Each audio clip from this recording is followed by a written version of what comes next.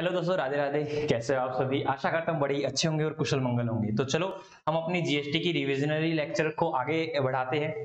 तो हमने last time क्या किया था सर? लास्ट टाइम शायद सब्सिडी का पॉइंट किया था और आज ही क्लास को स्टार्ट करते हैं आईटीसी से। चलो स्टार्ट करते हैं। बड़ा ही मनमोहक, बड़ा ही सुंदर और बड़ा ही एग्जाम में कवर होने वाला अच्छा टॉपिक है। तो चलो स्टार्ट करते हैं। सबसे पहले क्या कहता है ये आईटीसी, दैट इज आईटीसी की फुल फॉर्म क्या है? Input tax credit. क्या है? Input tax credit. सबसे पहले दोस्त, जो आपको पता है इसके बारे में आप मेरे को बता दीजिए। सर देखो, हमें क्या क्या पता है आईटीसी के बारे में। सर आईटीसी किसको मिलता है? रेगुलर टैक्सेबल पर्सन को ही मिलता है, कंपोजिशन स्कीम वालों को नहीं मिलता। ठीक है। आईटीसी का यूज सिर्फ और सिर्फ आउटपुट टैक्स लायबिलिटी की पेमेंट के लिए ही कर सकते हैं। इन एनी अदर केसेस हम कहीं भी इसका यूज नहीं कर सकते, लाइक इंटरेस्ट पेनल्टी या फिर आरसीएम के अंदर हम लायबिलिटी की पेमेंट के लिए इसका यूज नहीं कर सकते। सर अगर हमारी आईटीसी ज्यादा है और आउटपुट टैक्स लायबिलिटी कम है तो सर हम क्या कर सकते हैं? रिफंड क्लेम कर सकते हैं और सर ऐसे ऐसे सब कुछ सिस्टम हो जाएगा। ठीक है, तो चलो क्या कहता है ये नंबर 1। कहता है 12 कंडीशन आपको फुलफिल करनी होंगी। 12 condition for claiming the ITC under section 16। Under section 16 के तहत आपको कितने कंडीशन फुलफिल करनी पड़ेंगे? सर हमें 12 कंडीशन फुलफिल करनी पड़ेंगी। बेटा वो 12 कंडीशन कौन कौन सी हैं? चलो लेट अस सी कि कौन कौन सी है। नंबर 1, मोस्टली तो आपको पता ही है सर क्या क्या कंडीशन होती है। आमतौर पर ये होती है सर, रिसिपेंट को गुड्स मिल जाना चाहिए, इनवॉइस हो, क्या नाम है और क्या नाम है, वैलिड रिटर्न फाइल करें। ठीक है, ठीक है सर, डेप्रिसिएशन या फिर आईटीसी एक ही मिलेगी। ठीक है, ब्लॉक क्रेडिट नहीं होना चाहिए। ये सारी सारी चीजें इसमें लिखी हुई है। ठीक है, चलो चेक करते हैं। नंबर 1 कहता है कि recipient should have a invoice. मतलब आईटीसी कौन क्लेम करने वाला है? सर रिसिपिएंट क्लेम करने वाला है। तो कहता है हे रिसिपिएंट भाई, तेरे पास इनवॉइस होना चाहिए, तेरे पास इनवॉइस होना चाहिए। या तो सप्लायर ने दिया हो या self invoice. Sir self invoicing कब की जाती है? बेटा ध्यान सुनो, आपको याद है ये है सप्लायर भाई, ये है रिसिपिएंट भाई। आपको कब कोई भी सर्विसेज या गुड्स दिया जाता है जिस पर आरसीएम लगता है, reverse charge mechanism, that is recipient is liable to pay the tax. तो उस केस में रिसिपिएंट टैक्स की पेमेंट करता है और जो उसने टैक्स की पेमेंट करी है गवर्नमेंट को, उसका उसका आईटीसी मिलेगा। जिस आईटीसी मिलेगा तो वो कहता है कि जो आपने पेमेंट की है ना गवर्नमेंट को, उसके लिए आप खुद को एक इनवॉइस दे दीजिए और उस इनवॉइस को हम एक वैलिड डॉक्यूमेंट मानेंगे जिसके तहत आपको आईटीसी मिल जाएगी। कहता है डेबिट नोट या फिर आईएसडी, इनवॉइसिंग वगैरह, बिल ऑफ एंट्री वगैरह सारी सारी चीजें वो आपके पास होनी चाहिए। सर बिल ऑफ एंट्री पर तो हमें मिलता ही नहीं ना। अरे बेटा बिल ऑफ एंट्री मिला, फिर आपने आरसीएम के तहत वो लायबिलिटी आई, आपने पेमेंट किया, तो उसके भी पर कहता है ओके सर। कहता है goods and services received by the recipient himself और receive by the third party on behalf of the recipient. अरे भाई साहब, सर ये बात तो समझ में आई। कहता है भाई साहब देखो, ये है सप्लायर भाई, ये है रिसिपिएंट भाई। कहता है आपके पास गुड्स आ जाना चाहिए। नंबर 1, आपको गुड्स या सर्विसेज रिसीव हो जानी चाहिए। आपको गुड्स या सर्विसेज रिसीव हो जानी चाहिए। सिंपल शब्दों में देखो भाई साहब, कहता है गुड्स या services receive by the recipient himself, या आप किसी और को, मिस्टर मोहन ये रिसीव कर ले। सिंपल शब्दों में, रिसिपिएंट राम जी हैं। राम ने कहा कि भाई देख, मुझे गुड्स चाहिए, कितना चाहिए? 100 kg। बात समझ आई नहीं? ये बोला कि 100 kg चाहिए, तो ये बोला ठीक है भाई 100 kg गुड्स लो। और इसने इनवॉइसिंग भी कर दी। इनवॉइसिंग भी कर दी किसको? सर राम को। बात समझ आया? इनवॉइसिंग कर दी राम को। अब राम को ये माल किसको देना था? मिस्टर मोहन को देना था। मतलब ये आगे फर्दर सेल कर रही थी या फिर कुछ भी और रीजन हो सकता है। इसने कहा देख भाई, ये श्याम है। कहता है श्याम भाई बात कुछ ऐसी है, आप इनवॉइसिंग तो मेरे को कर दो, ठीक है, लेकिन बिल भाई आप क्या नाम है, जो गुड्स है ना कहीं और डिस्पैच कर दो, गुड्स कहीं और डिस्पैच कर दो। दैट इज ये हरियाणा से है, ये दिल्ली से है और ये राजस्थान से है। इसने क्या कहा कि भाई आप मेरे को मत दो, आप गुड्स जो है मिस्टर मोहन के पास पहुंचा दो। तो कहता है या तो आपको मिल गए हैं गुड्स तो वेल एंड गुड, लेकिन अगर आपको नहीं मिले हैं तो आपके बिहाफ पर किसी और को गुड्स मिल गया हो, तो ये उसको बोलते हैं bill to ship to model. Bill to ship to model मतलब बिल किसी को शिप किसी को, ठीक है, बिल किसी को शिप किसी को, ठीक है, निशाना कहीं और निगाहें कहीं, वो बात कह रखी बेटा। ठीक है जी सर, तो bill to ship to model की बात है। कहता है in the case of the bill to ship to model. आगे चलते हैं। कहता है recipient need to file a valid return, आप अपनी वैलिड रिटर्न फाइल कर देना दोस्त। ठीक है, सप्लायर को भी ये बोल रखा है, सप्लायर भाई तू भी अपनी एक वैलिड रिटर्न फाइल कर देना जीएसटी की, और उसके बाद रिसिपिएंट को आईटीसी मिलने वाला है। सप्लायर भी वैलिड रिटर्न फाइल करेगा, रिसिपिएंट भी वैलिड रिटर्न फाइल करेगा, जब जाके आपको आईटीसी मिलेगा। चलो सर आगे चलते हैं। कहता है बिल पेमेंट, बिल की पेमेंट करेंगे। यस सर, रिसिप मतलब सप्लायर भाई सेल कर रहा है रिसिपिएंट भाई को, तो बोला तेरे को आईटीसी चाहिए, बोला हाँ, बोला भाई साहब बिल की पेमेंट कर देना, बिल की पेमेंट कर देना। कब पेमेंट करनी है, ध्यान सुनो, कहता है बिल की पेमेंट करेगा recipient to the supplier shall be made within a period of 180 days from the invoice। Invoice जब आपको मिला है रिसिपिएंट, उसके 180 दिन के अंदर चुपचाप पेमेंट कर देना। मैंने कहा सर अगर पेमेंट नहीं करता है तो, क्या बोलता है, अगर पेमेंट नहीं होती है 180 दिन के अंदर, तो बोला जाता है जो आपका आईटीसी था ना उसको हम खत्म कर देंगे, उसको हम रिवर्स मार देंगे। लेकिन कहता फर्दर आपने कोई पेमेंट की, फर्दर आपने पेमेंट की ना, मान लो 180 दिन में तो पेमेंट नहीं की, 180 दिन के बाद पेमेंट की, मान लो मैंने 190th डे मैंने उसको 50% पेमेंट कर दी, तो बोला 50% पेमेंट कर दी तो 50% आईटीसी भी दे देंगे आपको इन सिंपल मैनर। 180 दिन में कर दोगे तो वेल एंड गुड है, नहीं करोगे तो आईटीसी को रिवर्स मार देंगे, और बाद में अगर आप पेमेंट करोगे तो जितनी जितनी पेमेंट करते जाओगे उतना उतना आईटीसी आपको मिल जाएगा। मतलब टेम्परेरी ब्लॉक है बेटा, ये परमानेंट ब्लॉक नहीं है। ओके सर, चलो आगे पढ़ते हैं। कहता है कि if payment note made with 180 days, तो कहता था 180 फर्स्ट डेज आपका क्या होगा सर, 181वें दिन क्या हो जाएगा सर, रिवर्सल हो जाएगा जो आपने ऑलरेडी ले रखा था। कहता है if payment made after 180 days के 180 दिन के बाद आप पेमेंट करते हो तो आईटीसी रिबुक, कोई दिक्कत वाली बात नहीं, बुक कर लेना, टेम्परेरी ब्लॉक होती है आपके पास। कहता है ITC on the payment basis proportionately, मतलब जितनी पेमेंट करते जाओगे उतनी आईटीसी मिलती जाएगी। ठीक है, 10% पेमेंट की तो 10% आईटीसी ले लो, 20% पेमेंट की तो 20% आईटीसी ले लो, 180 दिन के बाद, पहले पूरी ले सकते हो। आई कहता है सर कई बार तो ऐसा भी तो होता है सर, ये तो हमें जाल में फंसा रहा है सर, ये तो मैं जाल में फंसा रहा है सर, ये सप्लायर और ये रिसिपिएंट ये डीम्ड डिस्टिंक्ट है सर, ये आप ही का बिजनेस है, ये भी आपका बिजनेस है, ये भी आपका बिजनेस है, अलग अलग जीएसटी नंबर है, आपने इसको सर सेल किया, ठीक है, तो ये तो कोई पेमेंट करने वाला ही नहीं है, आप खुद को कैसे पेमेंट करोगे। तो कहता है जब आप एफओसी कर रहे हो, फ्री ऑफ कॉस्ट ट्रांजेक्शन कर रहे हो, तो हम नहीं 180 दिन वाली कंडीशन को देखेंगे नहीं, हम एज्यूम कर लेंगे कि आपने पेमेंट कर दी है। वाह वाह, कितना अच्छा एग्जांपल लिया है, हम एज्यूम कर लेंगे, डीम्ड कर लेंगे कि आपने पेमेंट कर दी है।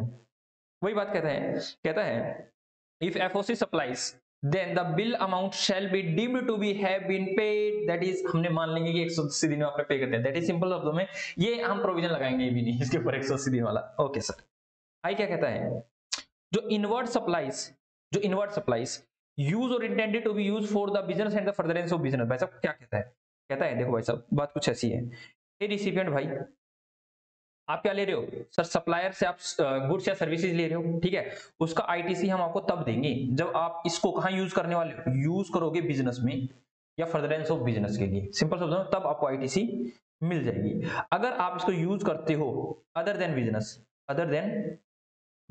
दैट इज पर्सनल पर्पज के लिए कर रहे हो या कुछ और कर रहे हो, पर्सनल पर्पज के लिए कर रहे हो या फिर फ्री में डिस्ट्रीब्यूट कर रहे हो या कुछ और कर रहे हो, तो भाई साहब कहता है आपकी आईटीसी की ऐसी कम तैसी आपको आईटीसी नहीं देंगे। बात समझ में आई या नहीं आई, जी सर आ गई है। एक ऐसा ही सेम सिमिलर केस एक और भी है, कहता है सप्लायर भाई अगर आप क्या नाम है रिसिपिएंट भाई, क्या बोला है, हे रिसिपिएंट भाई आप क्या ले रहे हो, क्या नाम है, आप कोई भी गुड्स या सर्विसेज ले रहे हो जिस पर जो टैक्सेबल है अंडर जीएसटी, मतलब आपको आईटीसी, मतलब आईटीसी देखते हैं, मतलब टैक्सेबल यहाँ पे आपने जीएसटी पे किया, सिंपल शब्दों जीएसटी पे किया।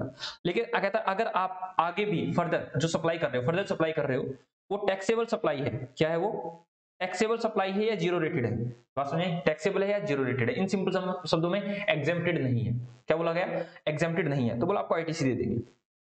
लेकिन अगर आप आगे फर्दर सप्लाई करते हो वो एग्जेम्प्टेड करते हो, हालांकि मैंने पहले बता चुका हूं, याद है, बता चुका हूं, जब मैंने आपको बताया था नील रेटेड क्या होता है, जीरो रेटेड क्या होता है, याद आ रहा है, जी सर याद आ रहा है। मैं कहूं बट ये अगर आपने ली टैक्सेबल और आपने उसमें कुछ कर्म कांड किया, उसको मैन्युफैक्चरिंग किया, उसको उसकी शेप को उसके आकार को ऐसा बना दिया कि वो एग्जेम्प्टेड हो गई है, ठीक है, कहते अब एग्जेम्प्टेड हो गई ना दोस्तों, अब आईटीसी नहीं मिलेगा। इन सिंपल मैनर अगर आप कोई सप्लाईज ले रही हो, पहली बात तो बिजनेस के लिए यूज करो, दूसरी बात आप कोई सप्लाईज ले रहे हो, इनवर्ड सप्लाई ले रहे हो, और जो आपकी आउटवर्ड सप्लाई है वो अगर एग्जेम्प्टेड तो आईटीसी नहीं मिलेगा। लेकिन इनवर्ड सप्लाई टैक्सेबल थी, आउटवर्ड सप्लाई जो भी आपकी एग्जेम्प्टेड नहीं है, मतलब या तो जीरो रेटेड है या टैक्सेबल है, तो आपको क्या मिल जाएगा, आपको आईटीसी मिल जाएगा। सर एग्जेम्प्टेड में कौन कौन सी आती है, वो बेटा 3, 100% exempted, non taxable like petroleum product and alcoholic liquor for human consumption, ठीक है, और सर कौन सा रह गया सर, नील रेटेड, ठीक है। तंबाकू नहीं बेटा, तंबाकू के ऊपर तो पुरानी टैक्सेस भी लग रहे हैं और नई टैक्सेस भी लग रहे हैं, जीएसटी भी लग रहा है और टैक्सेस भी लग रहे हैं, ठीक है, लाइक सेंट्रल एक्साइज ड्यूटी भी है और इसके ऊपर ये क्या नाम है हमारा जीएसटी भी है। आई कहता है इंपॉर्टेंट है, ध्यान रखना। कहता है if goods receive in the installment, कहता है अगर गुड्स आपको इंस्टॉलमेंट में मिल रहे हैं, टुकड़ों में मिल रहे हैं, लाइक मैंने कहा कि मेरे को 10 बैग दे दो चीनी के, मतलब 100 बैग दे दो चीनी के, मैंने कहा 100 बैग दो, बोला ठीक है। तो 100 बैग टुकड़ों में आ रहे हैं, कभी 50 आ रहे हैं, कभी 10 आ रहे हैं, कभी 20 आ रहे हैं, कभी ऐसे 5 आ रहे हैं, इस तरह से। तो कहता है कि goods receive in the installment then deemed to be received on the receipt of the last lot. कहता है जब लास्ट लोट मिलेगा ना, तो आपको लास्ट फाइनल लोट मिलेगा, लाइक कितने के 50 60 70 80 और 85, यहाँ 15। तो कहता है यहाँ जब ये मिलेगा ना, तब हम एज्यूम करेंगे कि आपको गुड्स का मतलब आपने रिसीव कर लिया है, ठीक है। ओके सर, मतलब आईटीसी देने के लिए हमें ललचा रहे हैं कि भाई रुक जा, आईटीसी भी नहीं, रुक आईटीसी के लिए हमें ललचा रहे हैं, रुक अभी नहीं, ये होगा तो देंगे। क्या बोल दिया भाई साहब, रिटर्न टाइम पे दो, आपके पास गुड्स होना चाहिए, ठीक है, वैलिड रिटर्न फाइल कर दो, ठीक है, आप क्या नाम है, अगर आप इंस्टॉलमेंट में ले रहे हो तो लास्ट इंस्टॉलमेंट में देगी आराम से। आईटीसी में जल्दबाजी नहीं कर रहे लोग, लेकिन मैं दिखाऊंगा अभी जब हम करेंगे ना क्या नाम है टाइम ऑफ सप्लाई, तब देखेंगे ये बहुत जल्दबाजी करेंगे कि जल्दी से जल्दी पैसा आ जाए, मतलब टैक्सी कलेक्शन ही जल्दी से जल्दी करते हैं, लेकिन आईटीसी कहते हैं होले देंगे, होले देंगे, ठीक है, जल्दबाजी नहीं करेंगे। तो कहता है कि लास्ट मोमेंट मतलब लास्ट लोट मिलेगा तब हम आपको आईटीसी देंगे। नेक्स्ट पेज, आगे क्या कहता है दोस्त, दिख रहा है इतना? जी सर दिख रहा है, अच्छे से दिख रहा है। आगे क्या कहता है, आगे कहता है recipient's output supply should be non exempted. Simple शब्दों में कहता है जो आप आउटवर्ड सप्लाई दे रहे हो वो या तो टैक्सेबल होनी चाहिए या फिर जीरो रेटेड होनी चाहिए, मतलब एग्जेप्टेड नहीं होनी चाहिए, वो बात करता है। कहता है what about the mix use, कहता है कि भाई साहब सुनो मेरी बात कुछ ऐसी है, मैंने ली भाई साहब टैक्सेबल सप्लाईज, उसके बाद हमने आउटवर्ड में दी है कुछ टैक्सेबल और कुछ एग्जेम्प्टेड, ठीक है। मान लो यहाँ पे मैंने लिया 18,000 की आईटीसी, 18,000 तो वैसे हो जाए 10,000 ले लेता हूँ, 10,000 की आईटीसी है मेरी, यहाँ पे आईटीसी है 10,000 की। मैंने कहा कि मैंने 70% तो टैक्सेबल किया, तो कहता है भाई साहब 7,000 की आईटीसी आपको मिल जाएगी, 7,000 की आईटीसी आपको मिल जाएगी। और एग्जेम्प्टेड में मैंने कर दिया 30%, तो कहता है भाई साहब 30% आईटीसी दैट इज 3,000 आपको आईटीसी नहीं मिलेगी, ये बात कहता है बेटा, ठीक है जी सर। कहता है what about the mix use, make its proportionate and restricted to it to non exempted and the business purpose. कहता है भाई साहब जितना आपने बिजनेस पर्पस के लिए यूज किया है और वो जो एग्जेम्प्टेड है वहां पर आपको नहीं मिला। सिंपल सा तुम्हें पहली बात तो बिजनेस पर्पस के लिए तो यूज करना ही करना है, बिजनेस पर्पस में जो एग्जेम्प्टेड किया उसको आपके आईटीसी नहीं मिलेगा, जो टैक्सेबल और जीरो रेटेड के लिए किया है उसके लिए आपको आईटीसी मिल जाएगा, ठीक है जी सर। कहता है last date to book the ITC, कहता है आखिरी दिन कब है आईटीसी का बुक करने का, हालांकि इसमें अभी इसके बाद थोड़ी सी अमेंडमेंट आ चुकी है, लेकिन आपको तो यही पढ़ना है अभी। कहता है last date of book ITC क्या है, कहता है भाई साहब last date of ITC book की क्या है, कहता है GST return due date for the September of the next year. Like हम अभी कहाँ खड़े हैं सर, अभी खड़े हैं 22-23 में, कहाँ खड़े हैं 22-23 में। तो मैं कह रहा हूँ आईटीसी बुक करने की आखिरी डेट क्या है 22-23 की, कहता है 22-23 की है sir. Due date of GST of सितंबर 2023, ये बात करता है कि अगले साल की सितंबर की ड्यू डेट जो भी आएगी वो, और एनुअल रिटर्न, बेटा एनुअल रिटर्न कब जाती है, मान लो 21-22 की एनुअल रिटर्न जाएगी, 22-23 की एनुअल रिटर्न जाएगी अगले साल 31 दिसंबर 2023 से पहले, मतलब ये तो लास्ट डेट है, ये लास्ट डेट है, इससे पहले, मतलब इन दोनों में से जो भी अर्लियर है उसमें। तो आप कहोगे सर हर बार तो ये क्या नाम है 31 दिसंबर तो हर बार लेट आएगी, नहीं बेटा यहाँ तक लास्ट डेट है ना एनुअल रिटर्न फाइल करने की। क्या पता कोई एनुअल रिटर्न जून या जुलाई में फाइल कर दे, बात समझ आ रही है जी सर। तो क्या बात बोल रखी है कि अगले जो भी आपकी एनुअल रिटर्न की डेट आएगी या फिर अगले साल की सितंबर की जो भी आप जीएसटी की रिटर्न फाइल करने वाले हो विच एवर इज अर्लियर, वहां तक आप आईटीसी ले सकते हो, बुक कर सकते हो, उसके बाद नहीं मिलेगा। लेकिन एक बात ध्यान रखना, कहता है आपने आईटीसी ले लिया था, आपने पेमेंट नहीं की 180 दिन के अंदर, ठीक है, लेकिन उसके बाद आप प्रोपोर्शनेट बेसिस में आप पेमेंट कर रहे हो। कहता है भाई साहब सुनो, जब आपने आईटीसी क्लेम कर ली और आपने 180 दिन वाली कहानी को फुलफिल नहीं किया, 181वें दिन आपका रिवर्सल मार दिया, उसके बाद आप जितनी पेमेंट करते जाओगे आईटीसी बुक कर लेना, पेमेंट कर देना, आईटीसी बुक कर लेना, इस प्रोविजन के ऊपर ये ऊपर वाला कंडीशन नहीं लागू होती। मतलब एक बार बुक कर लिया ना उसके बाद ऊपर वाली कंडीशन लागू नहीं होगी, नहीं बुक किया ना तो उसके लिए है। तो क्या कहते हैं, but if the condition is this condition is only for original booking of ITC, that is originally booking नहीं किया ना तो आएगा ये प्रोविजन, आपने बुक कर लिया फिर रिवर्स हो गया ना उसके लिए प्रोविजन लागू नहीं है, that is not for the reavailment। अगर आपने रीअवेल कर रहे हो तो उसके लिए ये प्रोविजन लागू नहीं है। आगे क्या कहता है, आगे कहता है you can avail either आप ले सकते हो, या तो आईटीसी बुक कर लो दोस्त, या डेप्रिसिएशन कर लो क्लेम इनकम टैक्स में। सर ये क्या है, चलो छोटा सा बता दो, थोड़ा सा बता दो इसके बारे में। हाँ सर थोड़ा सा बता दो इसके बारे में। मैंने कहा मैंने एक मशीन खरीदी 10 लाख की, कितने की, 10 लाख की मैंने मशीन खरीदी ली, उसमें मैं आईटी टैक्स पे किया, ठीक है, दैट इज मेरी आईटीसी है, सिंपल शब्दों में जीएसटी पे किया, तो मेरे लिए तो आईटीसी हो जाएगी ना, क्योंकि मैंने पेमेंट कर रहा हूँ, पेमेंट दैट इज मैंने परचेज किया है, ठीक है, मैं परचेज कर रहा हूँ, बिजनेस के लिए यूज करने वाला हूँ इसको।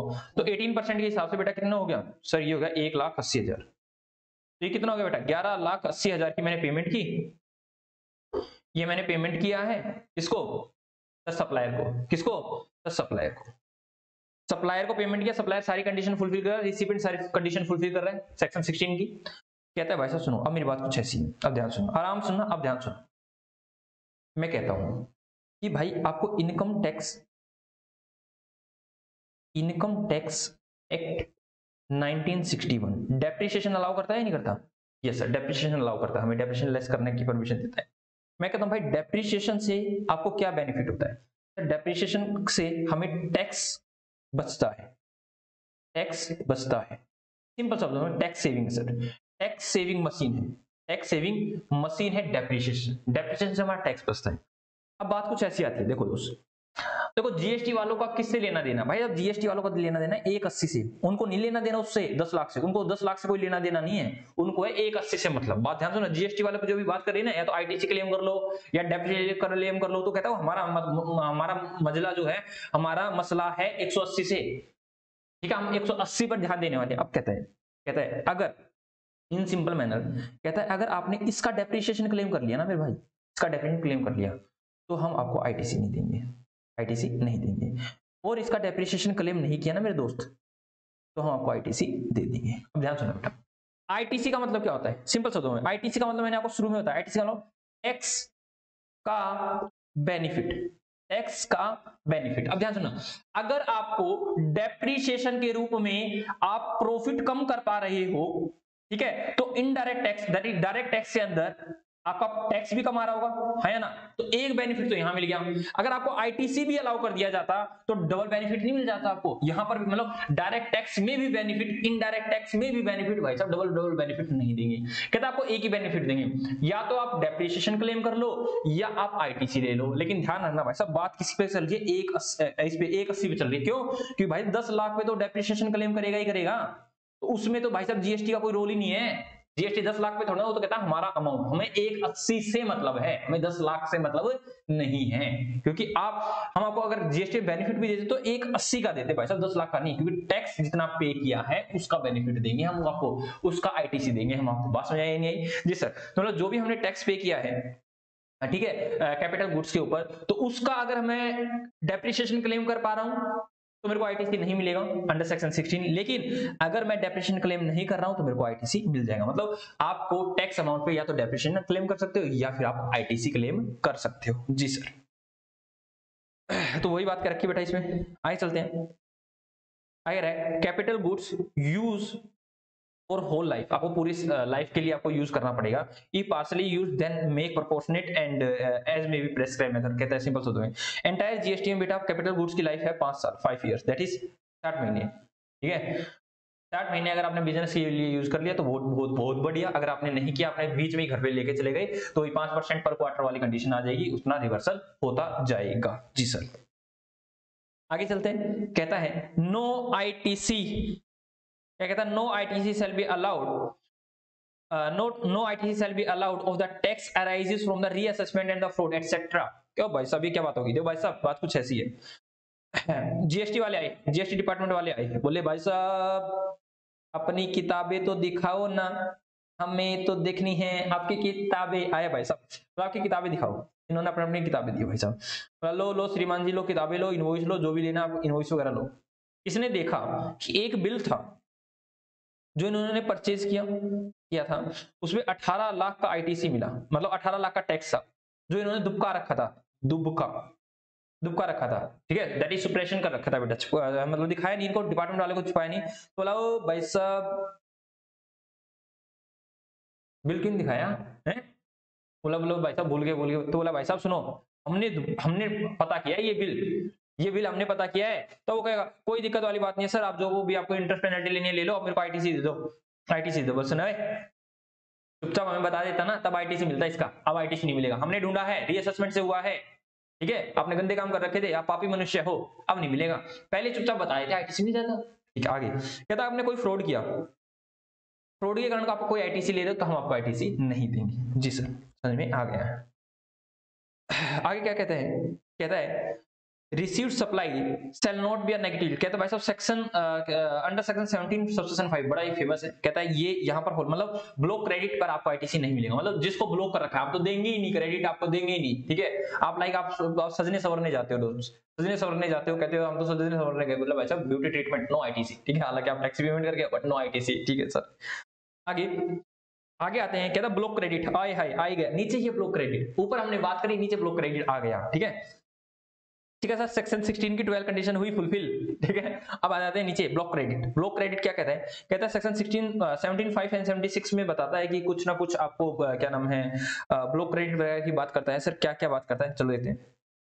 ठीक है, सेक्शन 16 तो सिंपल मना करता है नो आईटीसी, लेकिन 16 कहता है हाँ कोई नहीं दे देंगे, ये थोड़ा सा रिलैक्सेशन दे देता है। 17 सबसेक्शन 6 क्या कहता है, आराम से देखें दोस्तों, क्या कहता है, ये कहता क्या है, बड़ी अच्छी बात करता है। कहता है ITC of passenger motor vehicle. कहता है पैसेंजर मोटर व्हीकल पे क्या आपको आईटीसी मिलेगा, जनरली आईटीसी नहीं मिलता मोटर व्हीकल पे, ध्यान रखना, जनरली नो आईटीसी।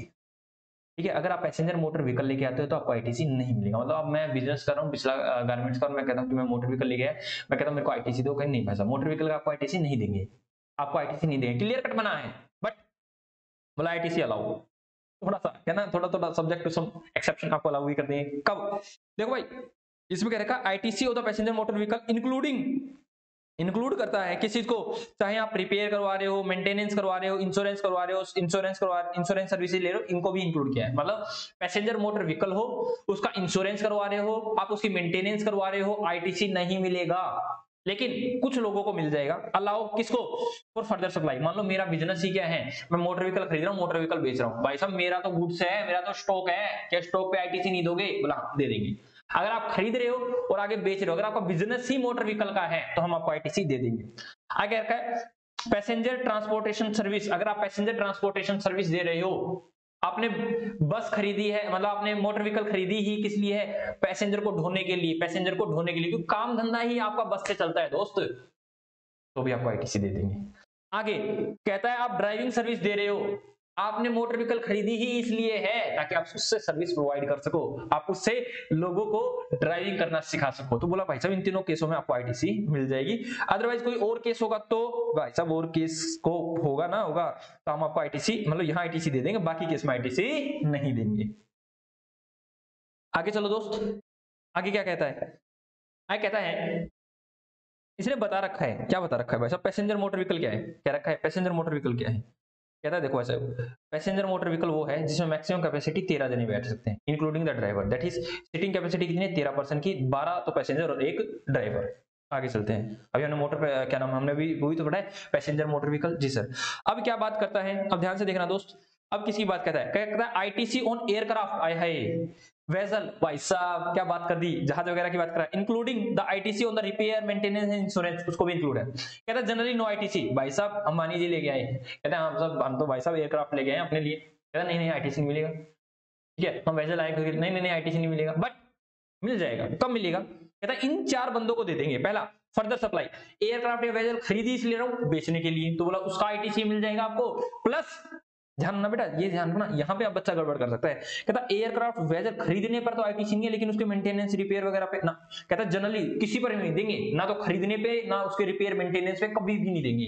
बट कहता है इन 4 बंदों को दे देंगे। नंबर 1 आप खरीद ही रहे हो बेचने के लिए, दूसरा आप पैसेंजर ट्रांसपोर्टेशन सर्विस प्रोवाइड कर रहे हो, एक जगह से दूसरे जगह पर लेके जा रहे हो आप, ठीक है सर। आगे नंबर 3 ट्रेनिंग पर्पस के लिए, पहले ही पढ़ा था, ये तीनों की तीनों चीजें हमने ऊपर वाले मोटर व्हीकल में ही पढ़ी थी। लेकिन नंबर 4 भाई साहब जहां पर 13 आदमी बैठ सकते हैं ना, वहां पे गुड्स को नहीं ढो सकते आप। ये कहता है यहाँ पे अगर आप वेजल का या फिर एयरक्राफ्ट का यूज किस लिए कर रहे हो, गुड्स को ढो रहे हो, एक जगह से दूसरे स्थान पर आप गुड्स को लेकर जा रहे हो, तो ये 4 कंडीशन है ऐसी जहां पर आपको एयरक्राफ्ट या फिर वेजल का आईटीसी मिलेगा, उससे रिलेटेड मेंटेनेंस और रिपेयर और इंश्योरेंस सर्विस का भी आपको आईटीसी मिल जाएगा मेरे दोस्त।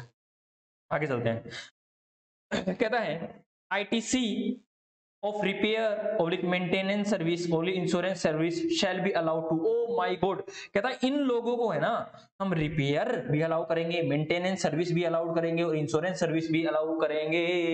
किनको करेंगे, चलो देखते हैं बेटा। कहता है नंबर 1, और ध्यान ना सिर्फ क्या बात कर रखी है, रिपेयर का आईटीसी देंगे, खरीदने का आईटीसी नहीं देंगे, मेंटेनेंस का आईटीसी देंगे, खरीदने का आईटीसी नहीं देंगे, इंश्योरेंस का आईटीसी देंगे, खरीदने का आईटीसी नहीं देंगे। आप पढ़ोगे ना तो वहां पे खरीदने का कोई नाम भी नहीं आएगा। एक बार आप देखिए, कहता है a manufacturer of the motor vehicle vessel and aircraft. कहता है भाई साहब जो भी मैन्युफैक्चरर है, क्या बोला गया, मैन्युफैक्चरर है, कह रहा मैन्युफैक्चरर ऑफ वेसल है, एयरक्राफ्ट हो, तो हम आपको रिपेयर मेंटेनेंस इंश्योरेंस का आपको आईटीसी दे देंगे। बोला गया अब इसका रीजन क्या है, इनको क्यों दिया गया? अरे भाई साहब सिंपल शब्दों में कहता है it is a stock for home. भाई साहब वो तो उसका स्टॉक है ना, मैन्युफैक्चरर के लिए एयरक्राफ्ट वेसल क्या है, स्टॉक है, स्टॉक का इंश्योरेंस मेंटेनेंस करवाओगे तो आईटीसी नहीं मिलेगी। ये सब बिजनेस के लिए कर रहे हैं, सब कुछ मिलेगा। तो कहता है yes it is used for the business and the furtherance of the business that is stock of मतलब आप स्टॉक का इंश्योरेंस करवा रहे तो आप आईटीसी मिल जाएगी, कोई दिक्कत वाली बात नहीं है। दूसरा केस, बस 2 ही केस है। दूसरा कहता है इंश्योरेंस कंपनी को भी दे देंगे। कहता है इंश्योरेंस कंपनी को क्यों दोगे तो भाई साहब, क्यों दोगे, क्या लगा हुआ आपका इंश्योरेंस कंपनी के साथ, बताना तो कौन है इंश्योरेंस कंपनी, अब बताते हैं सर कौन है इंश्योरेंस कंपनी। देखो भाई साहब आराम से पढ़ना, ये है एक ऑथोराइज सर्विस स्टेशन, ये है इंश्योरेंस कंपनी और ये है कस्टमर। बात सुनिए, 3 व्यक्ति हैं हमारे इस खेल में। पहला खेल क्या होता है, स्टेप नंबर 1 क्या होता है, सेल ऑफ इंश्योरेंस सर्विस, मतलब इंश्योरेंस कंपनी ने सेल कर दी अपनी पॉलिसी किसको, कस्टमर को, कस्टमर ने पेमेंट किया और इंश्योरेंस सर्विस ले लिया। देखो भाई साहब इसने पेमेंट ऑफ इंश्योरेंस प्रीमियम किया, कितने का सर, 10,000 तो प्रीमियम का अमाउंट था और 1800 उसके ऊपर टैक्स था, तो 11,800 का किसने पे कर दिया सर, कस्टमर ने पे कर दिया 11,800 रुपए। अब आ गया बेटा, कहता है कि देखो कुछ बात, step number 2 customer demanded a claim, मतलब कस्टमर ने भाई साहब गाड़ी ठोक दी, कस्टमर ने गाड़ी ठोक दी। अब ठोक दी गाड़ी तो आए इंश्योरेंस कंपनी के पास, बोला भाई साहब मैंने तो गाड़ी ठोक दी, करवाओ ठीक इसको। अब देखो इंश्योरेंस कंपनी का क्या काम है भाई साहब, इंश्योरेंस कंपनी 2 ही काम करती है, प्रीमियम मतलब पॉलिसी इशू करती है और क्या लेती है सर, सर्विसेज लेती है। किससे सर, एक सर्विस स्टेशन से कि हम भाई गाड़ी खराब करवाई तो उसको ठीक कर दियो। तो मेन बिजनेस उसका क्या है सर, गाड़ियों को ठीक करवाना। क्या मेन बिजनेस है, गाड़ियों को ठीक करवाना, गाड़ियों की मरम्मत करवाना।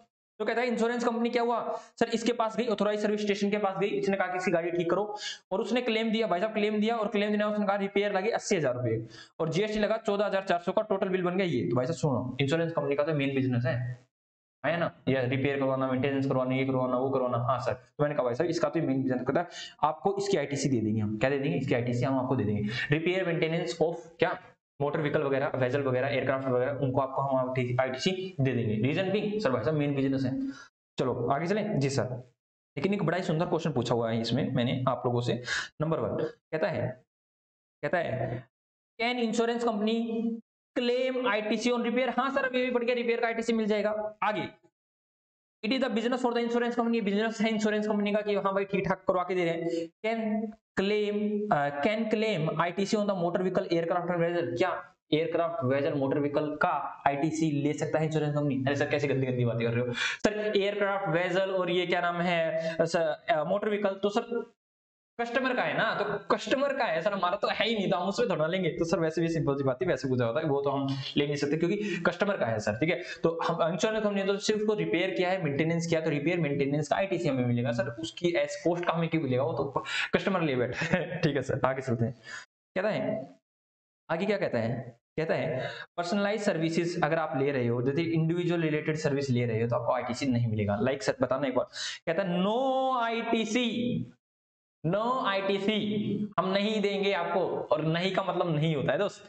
क्या कहता है फूड एंड बेवरेज का, आउटडोर कैटरिंग का, ब्यूटी ट्रीटमेंट का, हेल्थ सर्विस का, कॉस्मेटिक एंड प्लास्टिक सर्जरी, सुंदर होने जा रहे हो, लाइफ इंश्योरेंस का, हेल्थ इंश्योरेंस का, ये सब कुछ ले रहे हो तो जनरली नो आईटीसी, किसी को आईटीसी नहीं दिया जाएगा। बट अगर आप सिमिलर बिजनेस में हो, लाइक मैंने कहा मान लो फूड बेवरेज वाला, मैंने कहा भाई साहब मेरे पास मैं फूड वगैरह सर्व करता हूँ, सॉरी फूड एंड बेवरेज की सर्विस दे रहा हूँ, मेरे पास खत्म हो चुका है तो मैं दूसरे रेस्टोरेंट से कहता हूँ भाई साहब फूड एंड कुछ सामान वगैरह दो ना, कुछ फूड वगैरह भेजो ना मेरे पास। तो कहता है भाई साहब आप भी वही बिजनेस कर रहे थे, दूसरा वाला भी वही बिजनेस कर रहा था, अगर आप उससे ले रहे हो तो आप बिजनेस से रिलेटेड ले रहे हो, पर्सनलाइज नहीं हो, बिजनेस से रिलेटेड ले रहे हो, तो बोला भाई साहब उसको हम दे देंगे।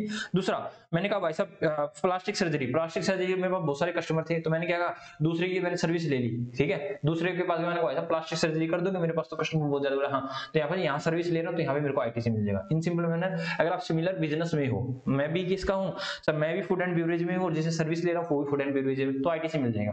अदरवाइज कोई पर्सनल पर्पज के लिए ले रहा है, ना ना ना, नो आईटीसी। बात समझ में आई या नहीं आई? जी सर बात समझ में आ गई। अब एक चीज इंपॉर्टेंट है जो इसने बता रखी, कहता है ये बिस्ला लिमिटेड है, ये क्या क्या कर रही है, number 1 travel benefit to the employee, कहता है एम्प्लॉय को अगर आप ट्रैवलिंग का फैसिलिटी दे रहे हो, घर से ला रहे हो घर पे छोड़ रहे हो, तो कहता है आईटीसी नहीं मिलेगा। दूसरा इंश्योरेंस ऑफ द डायरेक्टर और एम्प्लॉय, अगर आप डायरेक्टर और एम्प्लॉय का इंश्योरेंस करवा रहे हो आईटीसी नहीं मिलेगा। Number 3 membership for the club and gym, उनको उनके लिए आप membership of club and gym ले रहे हो, आईटीसी नहीं मिलेगा। बात समझ आई? 3 चीजें क्या, नंबर 1 सर ट्रैवल बेनिफिट दे रहे हो, इंश्योरेंस बेनिफिट दे रहे हो और मेंबरशिप की बेनिफिट दे रहे हो किसी क्लब वगैरह की, कहता है जनरली नो आईटीसी। बट नीचे पढ़ लेना दोस्त, बहुत इंपॉर्टेंट बात ये है, ये इंपॉर्टेंट बात है, एग्जाम में अगर क्वेश्चन आएगा तो यहाँ से आएगा। कहता है there is any legal requirement, अगर इन तीनों को लेकर कोई भी लीगल रिक्वायरमेंट है, अगर कानून में कह दिया जाए कि आपको ऐसा करना है, कानून में कह दिया जाए एम्प्लॉय को लेके आओ और एम्प्लॉय को छोड़ के आओ, कानून में कह दिया जाए इंश्योरेंस लो, अगर कानून में कह दिया जाता है कि क्या आप मेंबरशिप लो, ठीक है, आपके एम्प्लॉय मोटे हो रहे हैं, मेंबरशिप लो, ठीक है, क्लब और जिम में भेजो इनको, तो बोला जाता है तब रिक्वायरमेंट टू डू सो, अगर ऐसा कर दिया जाए एनी ऑफ अबव 3, इनमें से तीनों में से कोई भी कह दिया जाए कि हाँ लीगल रिक्वायरमेंट है, तो आपको आईटीसी दे दिया जाएगा, आपको आईटीसी दे दिया जाएगा, आईटीसी में कोई दिक्कत नहीं आएगी। जी सर आगे चलते हैं मेरे दोस्त। आगे एक और महत्वपूर्ण बात कह रखी है सर, वो क्या महत्वपूर्ण बात कह रखी है, कहता है कि वर्क्स कॉन्ट्रैक्ट, वर्क्स कॉन्ट्रैक्ट का मतलब ठेकेदार आदमी, ठीक है, जैसे आप अपना घर वगैरह बनवा रहे हो, कंस्ट्रक्शन की सर्विस ले रहे हो, ठीक है, उसमें गुड्स भी दी जाती है और सर्विस भी दी जाती है। कहता है नो आईटीसी, और नो मींस नो होता है, कहता है नो आईटीसी, नहीं देंगे आईटीसी, क्या when works contract services taken by the end user, and user मतलब मैं अपना मकान बनवा रहा हूँ, सिंपल शब्दों में मैं अपना ऑफिस बनवा रहा हूँ, ठीक है, ये कहता है and user for the construction of the immovable property, ध्यान रखना इमूवेबल प्रॉपर्टी, जिसको एक स्थान पर दूसरे स्थान पर नहीं लेके जा सकते, ठीक है, वो अटैच है लैंड से, सिंपल शब्दों में इमूवेबल है। कहता है चाहे लैंड एंड बिल्डिंग हो, चाहे टेलीकम्युनिकेशन के टावर लग रहे हैं बेटा, चाहे pipeline laid outside the factory, factory के बाहर हमने पाइपलाइन वगैरह लगवा रखे ताकि कोई ऑयल वगैरह आ जाए या फिर कुछ और आ जाए, ठीक है, पानी वगैरह के लिए मैंने क्या लगा पाइपलाइन लगवा रखे, वहां पर आपको आईटीसी नहीं मिलेगा। कहता है works contract service for construction of a hall in office premises, मतलब मैं अपने ऑफिस में एक हॉल बनवा रहा हूं, तो क्या मेरे को आईटीसी मिलेगा सर? इमूवेबल प्रॉपर्टी नहीं मिलेगा सर, आईटीसी नहीं मिलेगा। बट ये चीज ध्यान रखना दोस्त, इमूवेबल प्रॉपर्टी पे आपको आईटीसी नहीं मिलेगा, लेकिन ये ध्यान रखना ITC yes, ITC allowed, ITC allowed कहां पर होगा, ध्यान सुनना। कहता however when the services is taken for और related to plant and machinery, ध्यान रखना plant and machinery, immovable property की बात नहीं कर रहा, प्लांट एंड मशीनरी की बात कर रहा है। कहता है प्लांट एंड मशीनरी से रिलेटेड कोई आप सर्विसेज वगैरह ले रहे हो तो हम आपको आईटीसी दे देंगे सर। रिलेटेड सर्विस लाइक मैंने कहा इंस्टॉलेशन सर्विस वगैरह ले रहे हो, ठीक है, services for the installation of क्या नाम है इरेक्शन ऑफ जनरेटर मशीन, तो आपको आईटीसी मिल जाएगा, ठीक है। आप जनरेटर को सेट करवा रहे हो, जनरेटर को सेट करवाने के लिए आपने कुछ क्या नाम इंस्टॉलेशन या फिर इरेक्शन चार्ज वगैरह किया, आपने कोई कुछ करवाया, तो बेटा वो जो आपने करवाया ना उसका आपको आईटीसी दे दिया जाएगा। बात समझ में आई या नहीं? जी सर बात समझ में आ गई। दैट इज इंस्टॉलेशन वगैरह के related to the plant and machinery आपको आईटीसी मिल जाएगी, लेकिन इमूवेबल प्रॉपर्टी से रिलेटेड कंस्ट्रक्शन की सर्विस ले नहीं मिलेगा, ठीक है। ओके सर, ठीक है सर, कंस्ट्रक्शन भी लेते हैं, हाँ आप एक छोटा सा चौतरा बनवा रहे हो बेटा, ठीक है, छोटा सा आपने क्या बनाया सर? आपने ऐसे स्क्वायर में आपने क्या बनवाया सर? आपने कुछ कंस्ट्रक्ट करवाया, उसके बीच में हमने जनरेटर रख दिया, तो इसके लिए आपको आईटीसी मिल जाएगी, यस आईटीसी मिल जाएगी, लेकिन किसके केस में सर? प्लांट एंड मशीनरी के केस में। ओके सर आगे चलते हैं, आगे चलते हैं। कहता है आईटीसी अलाउड सिमिलर बिजनेस, कहता है सिमिलर बिजनेस को दे देंगे दोस्त, ठीक है, वर्क्स कॉन्ट्रैक्ट अभी मना करके हैं, हाँ, लेकिन कहता है ये एक क्या नाम है, मेरे पास सिंपल सा, मेरे पास एक कॉन्ट्रैक्ट आया, मेरे पास एक कॉन्ट्रैक्ट आया भाई, मेरे पास कॉन्ट्रैक्ट आया और मेरे पास ऑलरेडी बहुत सारे कॉन्ट्रैक्ट थे, तो वो कॉन्ट्रैक्ट मैंने किसी और को दे दिया, दूसरे कॉन्ट्रैक्टर को दे दिया, क्या दे दिया? दूसरे कॉन्ट्रैक्टर को मैंने कॉन्ट्रैक्ट दे दिया, तो कहता भाई साहब तेरे को भी आईटीसी मिल जाएगी और तेरे को भी आईटीसी मिल जाएगी, हाँ, लेकिन एंड यूजर बिस्ला लिमिटेड इसको आईटीसी नहीं मिलेगी। बात समझ आई नहीं? मतलब सिमिलर बिजनेस को दे देंगे, बाकी को नहीं देंगे। मैं वर्क्स कॉन्ट्रैक्ट हूँ, वर्क्स कॉन्ट्रैक्टर हूँ, वो भी वर्क्स कॉन्ट्रैक्टर है, तो उसको आईटीसी और मुझे आईटीसी मिल जाएगी, लेकिन अगर आप फाइनल क्या नाम एंड यूजर को दे रहे हो उसको आईटीसी नहीं मिलेगी। चलो सर आगे चलते हैं, चलो बेटा आगे चलते हैं। अरे अरे अरे अरे भाई सब ये तो हमें पता है सर, कैसी कैसी बातें कर रखी हैं। कहता है कंपोजिट डीलर को क्या नहीं मिलेगा, आईटीसी नहीं मिलेगा, क्यों? क्योंकि बिल ऑफ सप्लाई देता है, सर पता तो है। कहता है नॉन रेजिडेंट टैक्सेबल पर्सन, इसको आईटीसी मिलेगी नहीं सर, लोकल की नहीं मिलेगी, लेकिन ये जब जब विदेश से इंडिया में आता है और आईटी क्या नाम है जीएसटी पे करता है, उसकी आईटीसी मिल जाएगी। हमने ऑलरेडी पढ़ लिया कैजुअल टैक्सेबल पर्सन और नॉन रेजिडेंट टैक्सेबल पर्सन के किस में। कहता है यूएसए से आदमी इंडिया आ रहा है, इंडिया आ रहा है तो इंपोर्ट ऑफ गुड्स कर रहा है, ठीक है, इसको आईजीएसटी मान लेंगे, ठीक है। तो कहता है वहां पे उसने वैल्यू ऑफ गुड्स, उस पे उसने बेसिक कस्टम ड्यूटी भी दी होगी, अदर इंपोर्ट ड्यूटी भी दी होगी। कहता है भाई साहब इनका तो आईटीसी नहीं मिलना, बट इसने जो जीएसटी के केस में जो पे किया है, चाहे उसने आईजीएसटी पे किया हो और चाहे उसने कंपनसेशन सेस पे किया हो, इसकी आईटीसी हम आपको दे देंगे, कोई दिक्कत वाली बात नहीं है। बट आगे आता है, कहता है नॉन रेजिडेंट टैक्सेबल पर्सन, अगर आप लोकल परचेजेस करते हो, यहाँ पर सप्लाई इन इंडिया किया तो यहाँ पे आईटीसी नहीं देंगे, दैट इज नो सच। कहता है लोकल परचेज वगैरह किया तो आपको आईटीसी नहीं मिलेगा। और कहता है वैसे भी रेस्ट्रिक्शन कैजुअल टैक्सेबल पर्सन पर नहीं है, ये भी हमें पता है सर, ठीक है जी सर। आगे चलते हैं, आगे क्या कहता है, आगे कहता है कि परचेजेस किया है आपने, ठीक है, और उसपे आपने आईटीसी नहीं ले रखी। सिंपल शब्दों में, परचेज किया और आईटीसी नहीं ली, परचेज किया है और आईटीसी नहीं ली, इनवर्ड सप्लाई हुई है, इनवर्ड का मतलब परचेजेस, इनवर्ड सप्लाई हुई है लेकिन आपने आईटीसी नहीं ली, और आप उसको पर्सनल कंजम्पशन के लिए यूज कर रहे हो, तो कोई दिक्कत वाली बात नहीं है, कोई दिक्कत वाली बात नहीं। आपने आईटीसी वैसे भी नहीं ले रखा था, तो आपने पर्सनल कंजम्पशन के लिए यूज कर रहे हो, तो क्या दिक्कत वाली बात है, आईटीसी का रिवर्सल वगैरह का कोई प्रोविजन ही नहीं है। मैंने कहा बेटा आपने परचेज किया, आईटीसी नहीं ली और आपने फ्री में उसको बांट दिया, फ्री में आपने बांट, तो क्या दिक्कत वाली बात है, ना सप्लाई होगी ना जीएसटी लगेगा नहीं। भाई मैंने कुछ खरीदा, उस पर आईटीसी नहीं की, उसके बाद मैं कुछ करूँ उसका, चाहे मैं फ्री में बांटू, चाहे मैं खुद यूज करूँ, चाहे कुछ करूँ, बात समझ ही नहीं ये सर। लेकिन बात कहाँ की है, नीचे आती है बेटा। आपने कोई परचेज किया, उस पर आपने आईटीसी ले ली, क्या किया, परचेज किया, उसने आपने उस पर आईटीसी ले ली। तो अब आईटीसी ले ली है तो भाई साहब सेक्शन 16 के 12 कंडीशन में कुछ कंडीशन ये भी होती है कि आप उसका बिजनेस के लिए यूज करो, बात समझ आई, और एग्जेम्प्टेड ना करो, नॉन एग्जेम्प्टेड करो जी सर। लेकिन मैं कहता हूं कि मैंने परचेज किया, आईटीसी ली, और मैंने उसको क्या किया, मैंने उसको पर्सनल पर्पज के लिए यूज कर लिया, सर आईटीसी रिवर्स हो जाएगी, क्योंकि आपने बिजनेस के लिए यूज नहीं किया। मैंने कहा उसको फ्री में बांट दिया हूं, फ्री में बांटा हूं, तो सर फ्री में बांट रहे हो ना, तो आप एक बार याद करो वो चीज जब आपने सीखा था कि अगर आप permanent transfer of business assets कर रहे हो, मतलब जिसपे आपने आईटीसी ले लिया उसको परमानेंट ट्रांसफर कर रहे हो, हालांकि आप फ्री में कर रहे हो, सप्लाई हम मान लेंगे और जीएसटी हम लगा देंगे, वो बात कर रहा है बेटा। देखो अगर आप इसको फ्री में डिस्ट्रीब्यूट कर रहे हो, ठीक है, free of cost, liable to GST, yes, क्योंकि सप्लाई बन जाएगी ना, permanent transfer of business assets हो जाएगा और जीएसटी हम चुपचाप इस पे लगा देंगे। ओके सर, आगे चलते हैं। कहता है भाई साहब, क्या कहता है, कहता है आउटवर्ड सप्लाई, आउटवर्ड सप्लाई अगर टैक्सेबल होगी तो ही आईटीसी मिलेगा, अगर एग्जेम्प्टेड है, दैट इज 100% एग्जेम्प्टेड है, नील रेटेड है, या फिर नॉन टैक्सेबल है, तो यहाँ पर आपको जीएसटी नहीं देंगे, बट जीरो रेटेड मिल जाएगा, क्या दिक्कत वाली बात है, ये तो हम पहले ही बता रहे थे जी सर। एक छुटकू सा एग्जांपल दे रखा है, छुटकू सा एग्जांपल क्या कहता है, कहता है आपने पीछे से ली टैक्सेबल सप्लाई, क्या लिया आपने पीछे से, टैक्सेबल सप्लाई। विशाल लिमिटेड ने जो इनवर्ड सप्लाई थी वो सारी सारी टैक्सेबल थी, लेकिन आउटवर्ड में क्या कर रहा है, वो आउटवर्ड में दो फाड़ कर रहा है, कुछ टैक्सेबल कर रहा है, कुछ एग्जेम्प्टेड कर रहा है। तो सर हमने आईटीसी अज्यूम कर लिया 100 रुपए का लिया, ठीक है, और कॉमन पर्पज के लिए यूज कर रहे हैं, टैक्सेबल प्लस एग्जेम्प्टेड। तो कहता है जितना आपने एग्जेम्प्टेड किया, जितना टैक्सेबल किया, 60% टैक्सेबल किया तो 60 की आईटीसी अलाउ हो जाएगी, 40% एग्जेम्प्टेड किया तो 40 का आईटीसी आप रिवर्स कर देना, आपने जो आईटीसी लिया था उसका रिवर्स कर देना, मतलब आईटीसी सिंपल शब्दों में 40 की आईटीसी नहीं मिलेगी। आप अभी तक सुनते आ रहे हो reversal reversal reversal of ITC, reversal of ITC, reversal of ITC का मतलब क्या होता है बेटा, रिवर्सल का मतलब होता है आप आउटपुट टैक्स लायबिलिटी को बढ़ा दो। अगर आपने आउटपुट टैक्स लायबिलिटी को बढ़ा दिया तो उसके लिए आप आईटीसी का यूज करने वाले हो, तो वैसे ही ना आईटीसी आपने कम कर दिया जी सर। तो वही बात कहता है, इफ आउटपुट टैक्स लायबिलिटी को आपने बढ़ा दिया है तो आईटीसी ऑटोमेटिकली डिक्रीज हो जाएगी जी सर। एक ये मेन केस है बेटा, बहुत अच्छा केस है, ध्यान से देखना जी सर। क्या है ऐसा अच्छा केस सर, देखते हैं हम इसको ध्यान से। इसने क्या रखा है कि भाई साहब अगर आप बैंक वाले हो, अगर आप बैंकिंग सेक्टर से बिलोंग करते हो, किससे, बैंकिंग सेक्टर से बिलोंग करते हो, तो इसको एक बड़ा ही सुंदर सिस्टम दे दिया है इसको। कहता है अगर आप सप्लाई ले रहे हो, इनवर्ड सप्लाई है, इनवर्ड सप्लाईज है, अगर आपकी इनवर्ड सप्लाई है और क्या नाम है, exclusively use in exempted supplies, अगर आप इनवर्ड सप्लाई ले रहे हो सारी एग्जेम्प्टेड के लिए यूज करो, सब आईटीसी नहीं मिलेगा।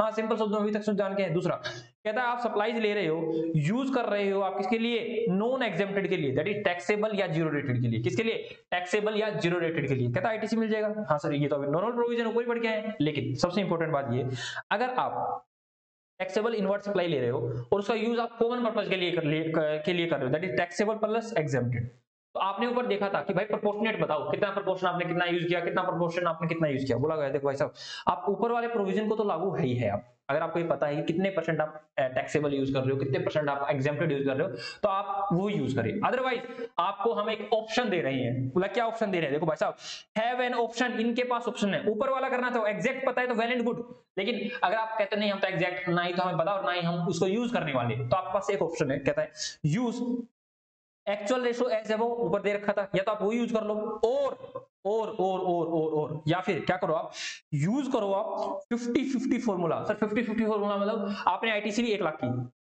सॉरी 18,000 की ले लो, आईटी छोड़ो, 18,000 की ली और आपने इसको यूज किया है 60-40 में। आपको पता है 60-40 की लिया है तो 60-40 में कर लो, लेकिन कहता है नहीं हमें नहीं पता, तो कहता है आप इसका 9,000 का आईटीसी ले लो और 9,000 का आप मत लो। हम एज्यूम कर लेंगे 9,000 का आपने टैक्सेबल के लिए यूज किया और 9,000 का आपने एग्जेम्प्टेड के लिए यूज किया। वही कहता है 50-50 का मतलब 50% आईटीसी अलाउ हो जाएगी और 50% डिसअलाउ हो जाएगी, क्योंकि आपने कॉमन पर्पस के लिए यूज किया है।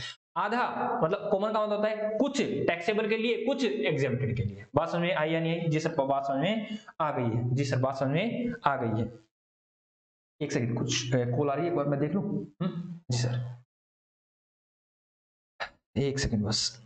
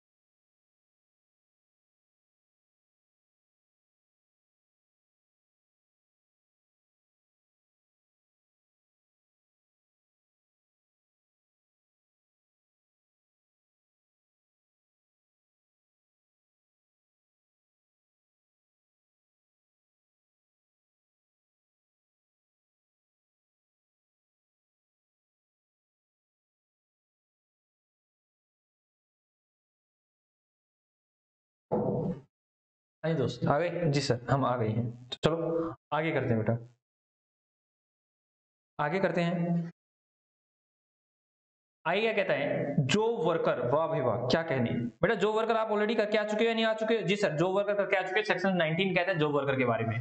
तो जो वर्कर के बारे में सर हमें कुछ पता है। सर ये पता है हमें 1 साल और 3 साल का केस, और वो कहता है कि 1 साल में इनपुट गुड्स है तो 1 साल में वापस आ जाना चाहिए, और क्या नाम कैपिटल गुड्स है तो 3 साल में आ जाना चाहिए फ्रॉम रेलिवेंट डेट। पहली बात तो अब रेलिवेंट डेट सीखने वाले हैं यहाँ पे क्या है। उसके बाद क्या 1 साल या 3 साल के बाद वो आएगा वापस? क्या कोई एक्सटेंशन अलाउ है? हाँ एक्सटेंशन अलाउड है 1 साल की और 2 साल की। देखेंगे इसके अंदर मेरे का जो वर्कर के पास माल जाएगा तो क्या हमें ई वे बिल बनाना पड़ेगा? सर मैंडेटरी है, अगर इंटर जा रहा है तो मैंडेटरी है, ई वे बिल बनेगा ही बनेगा, लिमिट नहीं चेक की जाएगी। याद आ रहा है सर? ये सर ये सारी सारी चीजें हमने सीखी थी। मैंने कहा जो वर्कर के पास माल जा रहा है या जो वर्कर के पास से माल आ रहा है क्या जीएसटी लगेगा? नहीं सर ये सप्लाई ही नहीं बनता, यहाँ जीएसटी नहीं लगेगा। लेकिन मैंने कहा जो वर्कर ने काम किया उसका उसने पैसा लिया, क्या वहां पे जीएसटी लगेगा? अरे सर कैसी बात कर रहे हो, हमारे तो जीएसटी लगेगा बखूबा, वहां पे जीएसटी लगने वाला है। तो चलो देखते हैं क्या कहता है। कहता है नंबर 1 परचेज ऑफ गुड्स कर रहे हो आप, ठीक है। एज्यूम जीएसटी पेड कितना है? 1 लाख है। कितना है जीएसटी पेड? 1 लाख है। मैंने कहा ये पिछला गारमेंट्स है, दैट इज हमें प्रिंसिपल आदमी, और हमने क्या किया जॉब वर्कर के पास माल भेज दिया है। Goods send to job worker, क्या कर दिया जॉब वर्कर को हमने गुड्स सेंड कर दिया है। सर ई वे बिल बेटा मैंडेटरी हो जाएगा अगर क्या है सर, हमने कल ही पढ़ा था, दिखाएं आपको? ये सर आप हमें दिखाइए एक बार। सर दिखाइए हमें, आप ई वे बिल का कंसेप्ट दिखाइए एक बार जल्दी से हमें। मैंने कहा लो भाई ई वे बिल का कंसेप्ट देखो, याद आ रहा है ई वे बिल का कंसेप्ट किया था, और दिखाऊं आपको? कहाँ गया भाई? अरे ई वे बिल कहाँ हो आप? मैंने कहा ई वे बिल आप कहाँ हो? कुछ ज्यादा ही पीछे नहीं हो क्या ई वे बिल? ऐसे इतने मेरे को दिखाना ही नहीं चाहिए था, बट अब आ गए हैं तो अब तो देखना पड़ेगा, वरना ये हो जाएगा कि भाई साहब इतने पीछे भी आए और ई वे बिल भी नहीं दिखा। आगे आगे आगे आगे आगे आगे ई वे बिल आ गया। अरे भाई साहब ई वे बिल कहाँ हो?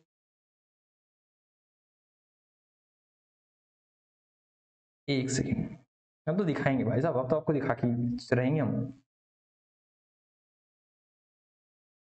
इतनी पीछे होना नहीं चाहिए था ईवी बिल को। ईवी बिल नहीं है, आगे है ईवी बिल।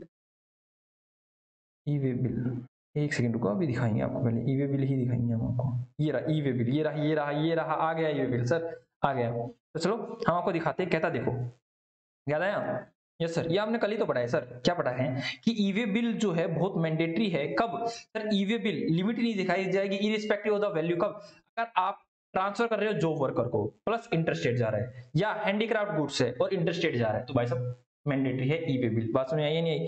जी सर, बात समझ में आ गई है सर, कोई दिक्कत वाली बात नहीं है। चलो आते हैं आगे। तो भाई हम आते हैं आगे, अब वापस से अपने जहां पे हम काम कर रहे थे वहीं आ जाते हैं। जी सर।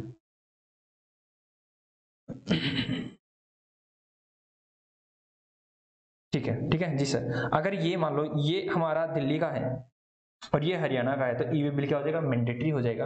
या time period for the return for goods 1 year in the case of input goods, और 3 साल फ्रॉम कैपिटल गुड्स। अब कुछ क्वेश्चन पूछे हुए हैं आप लोगों से, आप लोग बताने वाले हो, इन क्वेश्चन का जवाब आप दे सकते हो, ऐसा नहीं है कि आप नहीं दे सकते, बिल्कुल दे सकते हो। ये आपको करवा रखा मैंने पहले। कहता who will get the ITC of 1 lakh. अरे भाई सब कैसी बात कर दी। कहता 1 लाख का मैंने पीछे से परचेज किया था, 1 लाख का पीछे से मैंने परचेज किया था, गुड्स परचेज किया था Bisla garments. Sir simple, Bisla garments को ही तो आईटीसी मिलेगा परचेज का, जो वर्कर को थोड़ा मिल जाएगा। जी सर। आगे क्या रखा है? Good sent to the job worker is a supply. नहीं सर, नहीं, नो सप्लाई। क्या रखा? उसको देंगे या वो मुझे देगा? सर सप्लाई का कंसीडरेशन ही नहीं है, कंसीडरेशन नहीं है तो सप्लाई कहां से बनेगी? ठीक है। और return from the job worker, वो भी सप्लाई नहीं है, ये हमने ऑलरेडी कर लिया था सर। मेरा maximum time to return the goods कहता है भाई साहब मैक्सिमम का in case of capital goods 1 साल में आ जाना चाहिए, सॉरी इनपुट गुड्स 1 साल में आ जाना चाहिए, कैपिटल गुड्स 3 साल में आ जाना चाहिए। क्या एक्सटेंशन भी है? हाँ, इनपुट गुड्स में 1 साल का एक्सटेंशन है और कैपिटल गुड्स में 2 साल का एक्सटेंशन है। ठीक है, वैसे मैक्सिमम कितना है? 1 साल और 3 साल, लेकिन एक्सटेंशन मिल जाए तो 1 साल कैपिटल इनपुट गुड्स में मिल जाएगा और 2 साल आपको कैपिटल गुड्स के अंदर आपको एक्सटेंशन मिल जाएगा बेटा। आगे कहता है कंप्यूटेशन या कैलकुलेशन ऑफ 1 ईयर और 3 ईयर। कहां से? रेलिवेंट डेट, याद आया? हाँ, तो रेलिवेंट डेट क्या है? कहता है it shall be counted from the date of the removal of goods from the premises of the material supplier. That is material supplier मतलब प्रिंसिपल आदमी। जिस दिन मैंने अपनी बिल्डिंग से, अपने प्रीमाइसेस से उस गुड्स को कहा अलविदा, कहता वैसा अलविदा, और 3 साल के अंदर या फिर 1 साल के अंदर आ जाना। अगर इनपुट गुड्स हो तो 1 साल के अंदर आ जाना, और कैपिटल गुड्स हो तो 3 साल के अंदर आ जाना। तो ये है रेलिवेंट डेट। लेकिन बात कुछ ऐसी है, कहता है देख दो, मैं आपको दिखाता हूं यहां से। देखो भाई साहब, ये है क्या नाम है? Principal, that is raw material supplier. ये है जॉब वर्कर, बात समझ आई? और ये है मेरा सप्लायर। मैंने कहा मेरे सप्लायर ने मुझे गुड्स दिया, बात समझ आई? और मैंने इसको गुड्स दिया। तो मैंने जब रिमूव किया ना, हमारी फैक्ट्री से रिमूव किया, वहां से देखा जाएगा 1 साल और 3 साल। बट कई बार केस में बिल टू शिफ्ट मॉडल याद है आपको? हाँ, तो मैंने सप्लायर को कह दिया भाई साहब ऐसा कर, तू सीधा जॉब वर्कर को दे दे। ठीक है, अब जॉब वर्कर के पास से मेरे पास माल आएगा 1 साल और 3 साल के अंदर। कब? कहता है अब 1 साल और 3 साल कहां से काउंट करेंगे? कहता है जब आपको गुड्स रिसीव्ड हो जाएगा। ध्यान रखना, जब आपको गुड्स रिसीव हो जाएगा। ठीक है जी सर।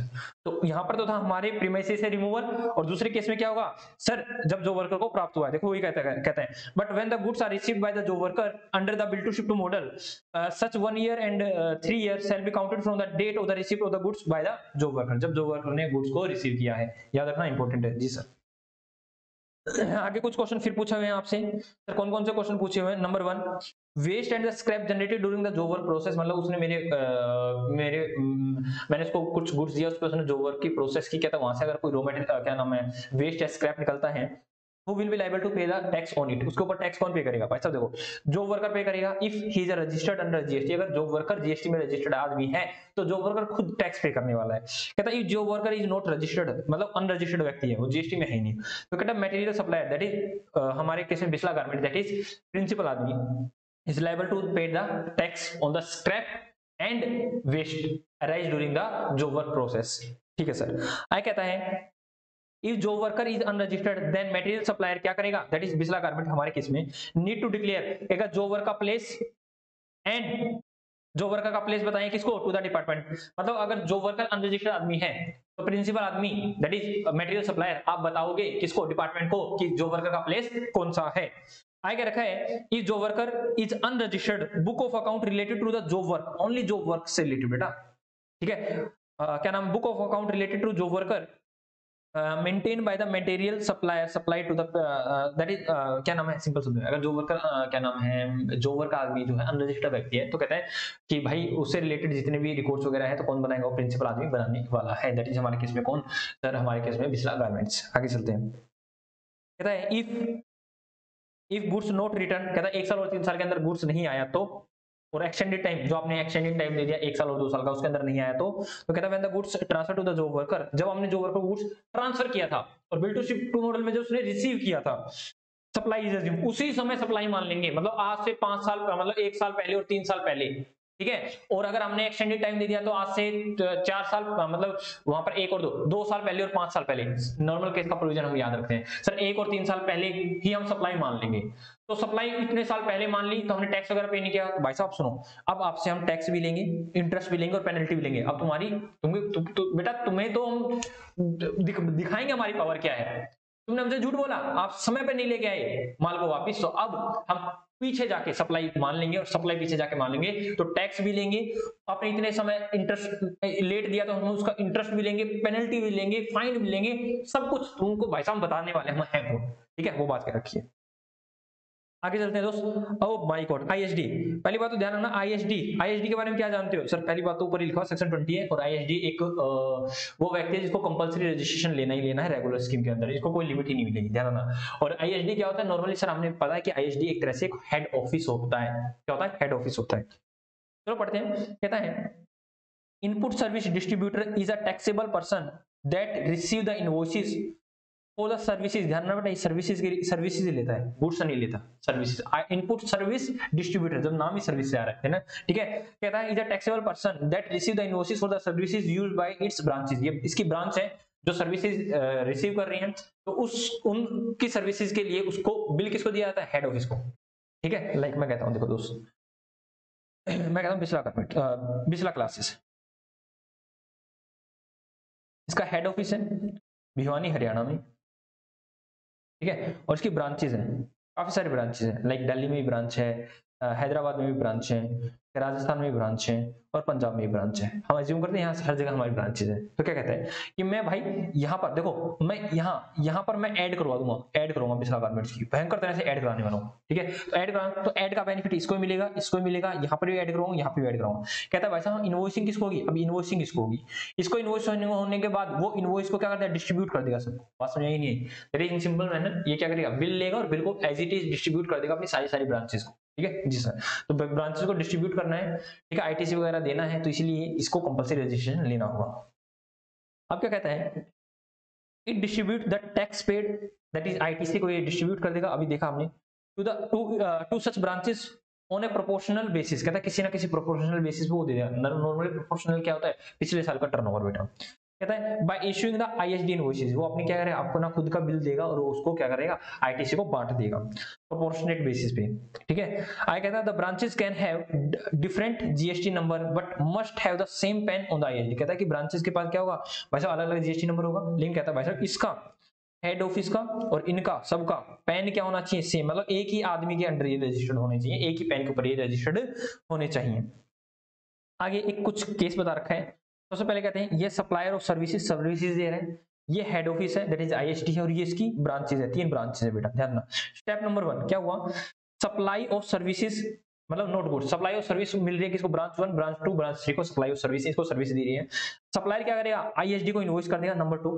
अब इनवॉइसिंग करने के बाद ये क्या करेगा? Distribution of the credit bye issue the invoice. अभी कह रहे हैं अभी सेपरेट इनवॉइस दे देगा, सेपरेट इनवॉइस देगा ईच ब्रांच को, ताकि ये क्या हुआ? जो इसने इनवर्ट सप्लाई लिया है इस पे आईटीसी मिलना चाहिए था, तो आईटीसी खुद ना लेकर इनमें बांट देगा आईटीसी। बात समझ आई या नहीं आई? जी सर बात समझ आएगी। अब ध्यान सुना, claim the ITC if fulfil all the, कहता भाई साहब ये 3 ब्रांच अगर इनको आईटीसी चाहिए तो इनको वही सेक्शन 16 की 12 कंडीशन फुलफिल कर रही है।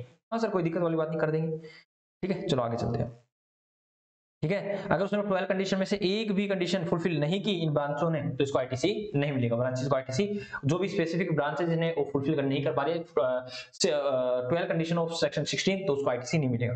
अब कुछ बात ऐसी है, ध्यान सुना, चलो मैं इसको ऐसे बता देता हूँ। मैं कह रहा हूँ देखो सर, ये हेड ऑफिस ये हरियाणा में, एक हरियाणा में ही ब्रांच है, एक दिल्ली में ब्रांच है, और एक राजस्थान में ब्रांच है, पास दूंगा आराम से। मैंने कहा देखो ऐसा, या फिर मैं 2 ही ब्रांच लेता हूँ, अच्छे समझ में आएगा। मैं 2 ही ब्रांच लेता हूँ, ये दिल्ली में ब्रांच है दूसरी। मैंने कहा देख दोस्त, मैंने कहा सर मेरे पास जो भी क्या नाम है इनवॉइस आया है, इनवॉइस आया है, बात सुनो, उसमें लगा हुआ है SGST एंड CGST, बात है सुनो। तो भाई साहब ये मैं भी हरियाणा में, ये भी हरियाणा में, इसको एज इट इज दे देंगे, एज इट इज। क्यों, सेम है बेटा, कोई दिक्कत वाली बात नहीं है। लेकिन मैं हरियाणा में, ये दिल्ली में, तो क्या हो जाएगा, IGST एंड CGST को हम क्या बनाएंगे, यहां पर हम इसको IGST बना के इसको दे देंगे। बात सुनो यार, सिंपल शब्दों में क्या हो रहा है कि क्या नाम है, हेड ऑफिस का और ब्रांच का स्टेट अलग है, यूनियन टेरिटरी अलग है, या एक यूनियन टेरिटरी टू स्टेट, या फिर स्टेट से यूनियन टेरिटरी जा रहा है। तो क्या कह रहा है कि वो इनको मर्ज करके क्या नाम है IGST बना के इसको दे देगा दूसरे केस में। ये हेड ऑफिस, ये इसको मिला, जो बिल मिला इसको IGST में मिला बेटा, ठीक है। तो ये अपनी ब्रांचेस को देगा, चाहे वो हरियाणा में हो तो भी इसको एज इट इज IGST के रूप में देगा, और मान लो दिल्ली में है तो भी तो ये IGST कहाँ जाएगा सर, IGST में ही जाएगा। यही बात कर रखा, छोटी छोटी बातें कर। चलो देख लेते हैं। कहता है distribution of the credit by the ISD head office to the branch. कहता है IGST ऑलवेज IGST में जाएगा, कोई दिक्कत वाली बात नहीं है।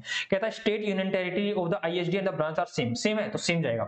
SGST CGST में जाएगा, SGST में जाएगा, UTGST में जाएगा, कोई दिक्कत वाली बात नहीं है। लेकिन बोला जाता है सेम नहीं है, तो भाई साहब CGST को IGST बना देंगे, SGST को IGST बना देंगे, और UTGST को IGST बना देंगे। मतलब सिंपल शब्दों में उसको मिला SGST 9% और सॉरी CGST 9%, SGST 9%। तो क्या होगा सर, जो दिल्ली वाली ब्रांच है उसके पास क्या जाएगा, उसके पास 18% ऑफ IGST, दोनों को मर्ज करके। बात समझ आई या नहीं है, जी सब बात समझ में आ गई है। कहता है maximum amount can be distributed. कहता है क्या नाम है हमारा इनपुट सर्विस डिस्ट्रीब्यूटर जो है ISD है, वो कितना डिस्ट्रीब्यूट कर सकता है, maximum to maximum as mention in the invoice receive from the third party. Service provider देगा उसको 1 लाख का बिल दिया, 18,000 का GST, तो कहता है भाई साहब आप 1,18,000 ही डिस्ट्रीब्यूट कर सकते हो। दैट इज इन सिंपल में ना, ITC आप 18,000 ही दे सकते हो। कम या ज्यादा किया तो मतलब ज्यादा कर दिया तो कम में तो कोई दिक्कत वाली बात नहीं, बोला ज्यादा कर दिया तो भाई साहब तुम्हें पकड़ लिया जाएगा और तुम्हें बताया जाएगा कि हमारे हाथ में कितनी पावर है, तो बताएंगे हम भी, ठीक है।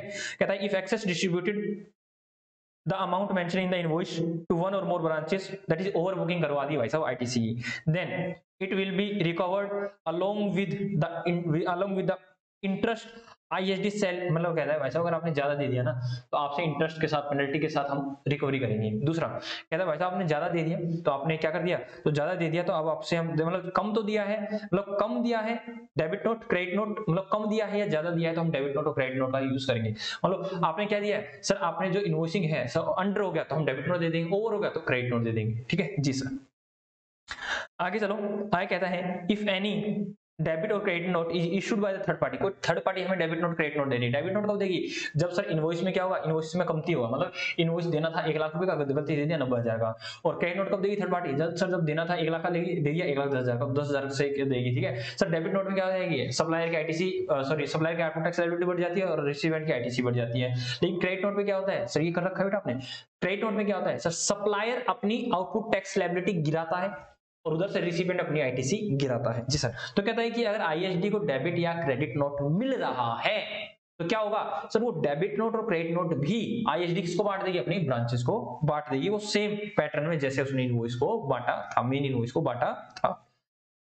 आगे चलते हैं दोस्त, कुछ प्रोसीजरल पार्ट बता रखा है। कहता है देखो दोस्त, कहता है procedure part for the ISD क्या क्या करेगा, कहता है कि receive the invoices from the third party and issue the invoices to the branches. Yes sir, कोई दिक्कत वाली बात नहीं है। कहता है manner of the payment ISD no need to pay the tax as it distribute. कहता है भाई साहब ISD को टैक्स की पेमेंट की जरूरत ही नहीं है, उस पे पास कोई भी क्या नाम है कोई भी बिल आता है वो तो बांट देता है, एज इट इज बांट देता है अपनी किसको, ब्रांचेस को, तो इसको क्या नहीं पे नहीं करना पड़ता टैक्स। कहता है ISD take a mandatory registration under section 24, पता है सर। कहता है रिटर्न ये GSTR 6 में फाइल करता है। आगे डिस्ट्रीब्यूशन ऑफ ITC कहता है ऑन सेम मंथ, ध्यान रखना बेटा ऑन सेम मंथ। जैसे आज मेरे को सर्विसेज मतलब आज मेरे को बिल मिला है, ISD को बिल मिला तो उसी महीने वो उसको बांट देगा। ऐसा नहीं है कि 2-3 महीने बाद बांटेंगे, अगले महीने बांटेंगे, नहीं, सेम मंथ में उसको डिस्ट्रीब्यूट कर देगा। आगे एक एग्जांपल दे रखा है, बड़ा ही सुंदर और अच्छा एग्जांपल, बेटा ध्यान से देखना इसको। कहता है कि एग्जांपल क्या रखा है, separate billing by the third party to ISD. ISD को बिलिंग किया है 1,18,000 का, दैट इज 1,18,000, 1 लाख का अमाउंट था, 18,000 का जीएसटी था, तो ये सर्विस लिए बेटा 1,18,000 का हमने पेमेंट कर दिया है। कहता है हमारे पास डिवीजन 1 है, डिवीजन बी है और डिवीजन सी है, ठीक है। कुछ बात कर रखी है, कहता है डिवीजन सी जो है exclusively supply the exempted good, simple शब्दों में कहता है इसको आईजीएसटी नहीं मिलेगी, सॉरी इसको आईटीसी नहीं मिलेगी। क्यों? क्योंकि ये 12 कंडीशन सेक्शन 16 की फॉलो नहीं कर रहा है। पहली बात आईएसडी तो बांटेगा भाई साहब, अब कोई ले पा रहा है नहीं ले पा रहा है उसकी मर्जी है। कहता है कि लास्ट ईयर टर्नओवर बता रखी है इसकी 3 लाख की, इसकी 2 लाख की थी, इसकी 1 लाख की थी, तो आपको रेशियो क्या हो जाएगा 3:1। अगर कहता है लास्ट ईयर में कोई टर्नओवर नहीं था, लास्ट ईयर में आप रजिस्टर्ड ही नहीं थे, तो आप क्या कर लो sir, if not available then use the last quarter turnover, जो पिछले क्वार्टर में आपने टर्नओवर करी थी उसको हम उसके बेसिस पर हम उसको एलोकेट कर देंगे। कहता आईटीसी डिस्ट्रीब्यूशन कैसे होगी बेटा, 18,000 थी टोटल, तो 3:1, तो 3/6, 2/6, 1/6, तो 9,000 इसको दे देगा आईएसडी, 6,000 इसको दे देगा आईएसडी और 3,000 इसको दे देगा सबको। लेकिन कौन कौन अवेल कर सकता है सर, देखो ये अवेल कर सकता है, कुछ नहीं कह रखा, हम कहेंगे इसकी सारी कंडीशन फुलफिल करनी है, इसने भी फुलफिल कर ली, लेकिन इसमें स्पेशल कह रखा है कि ये जो सर्विसेज ले रहा है आगे उसको एग्जेम्प्टेड दे रहा है, एग्जेम्प्टेड दे रहा है तो हम इसको आईटीसी नहीं देंगे, दैट इज आईटीसी इसको नहीं मिलेगा, ठीक है। तो सिंपल था, ऐसा कुछ बड़ी बात थी नहीं। चलो आगे चलते हैं। एक बहुत बड़ी बात क्या रखी बेटा, ध्यान रखना, इसको ध्यान रखना, ये अमेंडमेंट है, ध्यान रखना दोस्त। कहता है कि earlier we can get the ITC of mismatch credit. पहले अगर हमारा आईटीसी अगर मैच नहीं होता था, किसके अंदर सर मैच नहीं होता था, जीएसटीआर 2A और 2B, आजकल तो 2B यूज होता है। कहता है कि अगर आपका 2B के अंदर अगर आपको क्या नाम है मैच नहीं हो रहा है, मतलब हम कह रहे हैं कि हमारे में आईटीसी मिलना चाहिए 18,000 का, ठीक है, और कोई बिल है रिलेटेड, कोई बिल है जो सप्लायर ने अपलोड ही नहीं किया, सिंपल शब्दों देखो क्या कहते हैं, मान लो हमने किसी सप्लायर से 3 बिल लिए, 3 बिल लिए हमने 1,18,000 की, 1,18,000 की, हमने तो कहा कि हमें 3 बिल का मिलना चाहिए, दैट इज 18,000 का आईटीसी था, हम तो कहते हैं 18,000 इंटू 3 हमें इतना आईटीसी मिलना चाहिए। लेकिन उसने अपनी पोर्टल पे सप्लायर ने अपने पोर्टल पे 2 ही बिल दिखाए, कितने बिल दिखाए हैं, 2 बिल दिखाए, तो मिसमैच कितना है, 18,000 का हमारा मिसमैच है, कितना है मिसमैच है हमारा, 18,000 का हमारा मैच नहीं कर रहा है। तो कहता था अर्लियर टाइम में कहता था पहले हम 20% मिल जाएगा आपको मिसमैच का, फिर कहता था 10% मिल जाएगा, फिर 5%, अब कहता है वैसे सुनो मेरी बात कुछ ऐसी है, अगर आपका मिसमैच है ना तो आपको आईटीसी नहीं मिलेगा, बस ये सबसे इंपॉर्टेंट बात है। पहले मिलता था, अब छोड़ो, अब कहता है कि but now this provision has not is not relevant। कहता है now if there is a mismatch of ITC, कहता है अगर आज कोई मिसमैच आईटीसी है, अगर आपको आईटीसी मैच नहीं कर रही है सप्लायर के पोर्टल से रिसिपिएंट के पोर्टल पे मैच नहीं कर रही है, कहता है no ITC is available to the recipient, मतलब आज के केस में हमें इस 18,000 का आईटीसी नहीं मिलेगा। ये छोटी सी बात बोल रखी है जी सर। तो नेक्स्ट क्वेश्चन दे रखे हैं, पहले मैं क्वेश्चन नहीं, पहले मैं आपको और कुछ करवाता हूँ, बाद में क्वेश्चन कराता हूँ, ठीक है। क्वेश्चन बाद में करते हैं, ठीक है। पहले मैं इनवॉइसिंग करवाता हूँ आपको कि इनवॉइसिंग क्या है, ठीक है जी सर, इनवॉइसिंग करवाइए, इनवॉइसिंग कराते हैं। तो इनवॉइसिंग को हम स्टार्ट करते हैं बेटा, पहले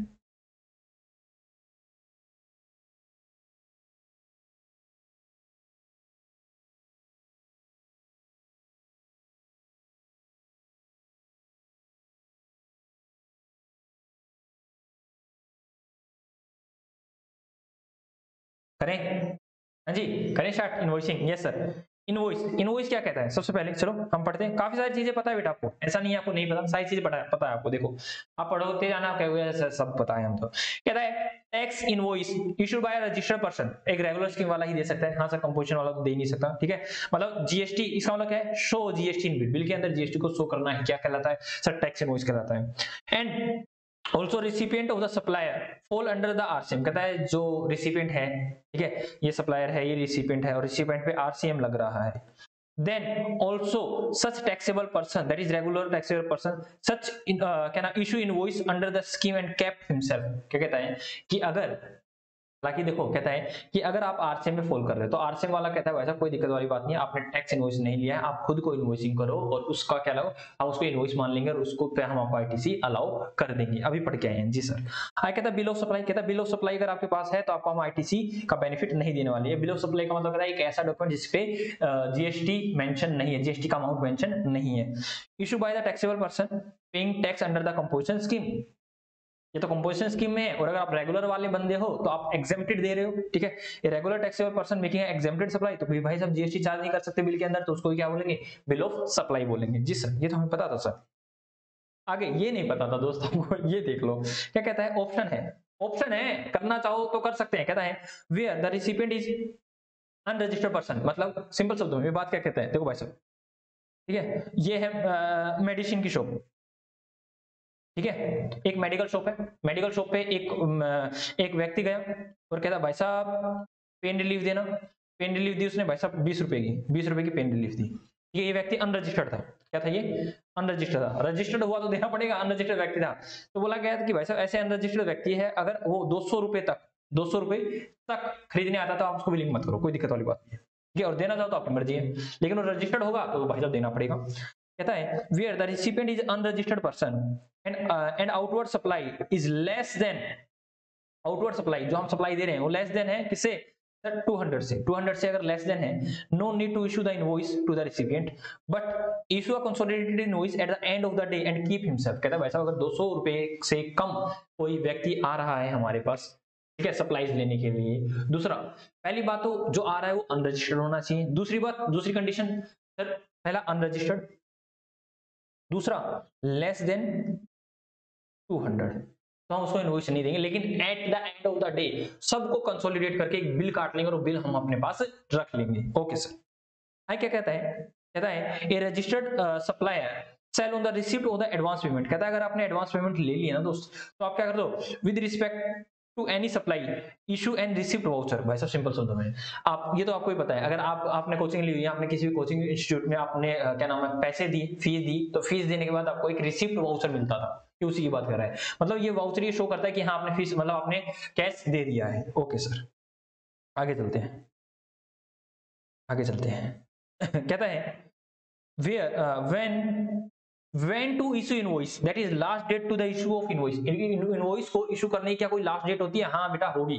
अब ध्यान सुनना दोस्त, मैं आपको बताता हूँ, आईटीसी को तो ये लोग हमें लेट दे रहे थे, लेकिन ध्यान सुनना, अब हम इनवॉइस क्यों सीख रहे हैं कि इनवॉइस कब इशू करे, लास्ट डेट कब है, व्हाई, हम ये सब कुछ चीजें क्यों सीख रहे हैं भाई साहब, इनवॉइस को लिंक कर रखा है इन लोगों ने टाइम ऑफ सप्लाई से, किससे, टाइम ऑफ सप्लाई से, किससे, टाइम ऑफ सप्लाई से, कि सप्लाई कब होगी, और टाइम ऑफ सप्लाई जब होगी ना, जब टाइम ऑफ सप्लाई होगी उसके नेक्स्ट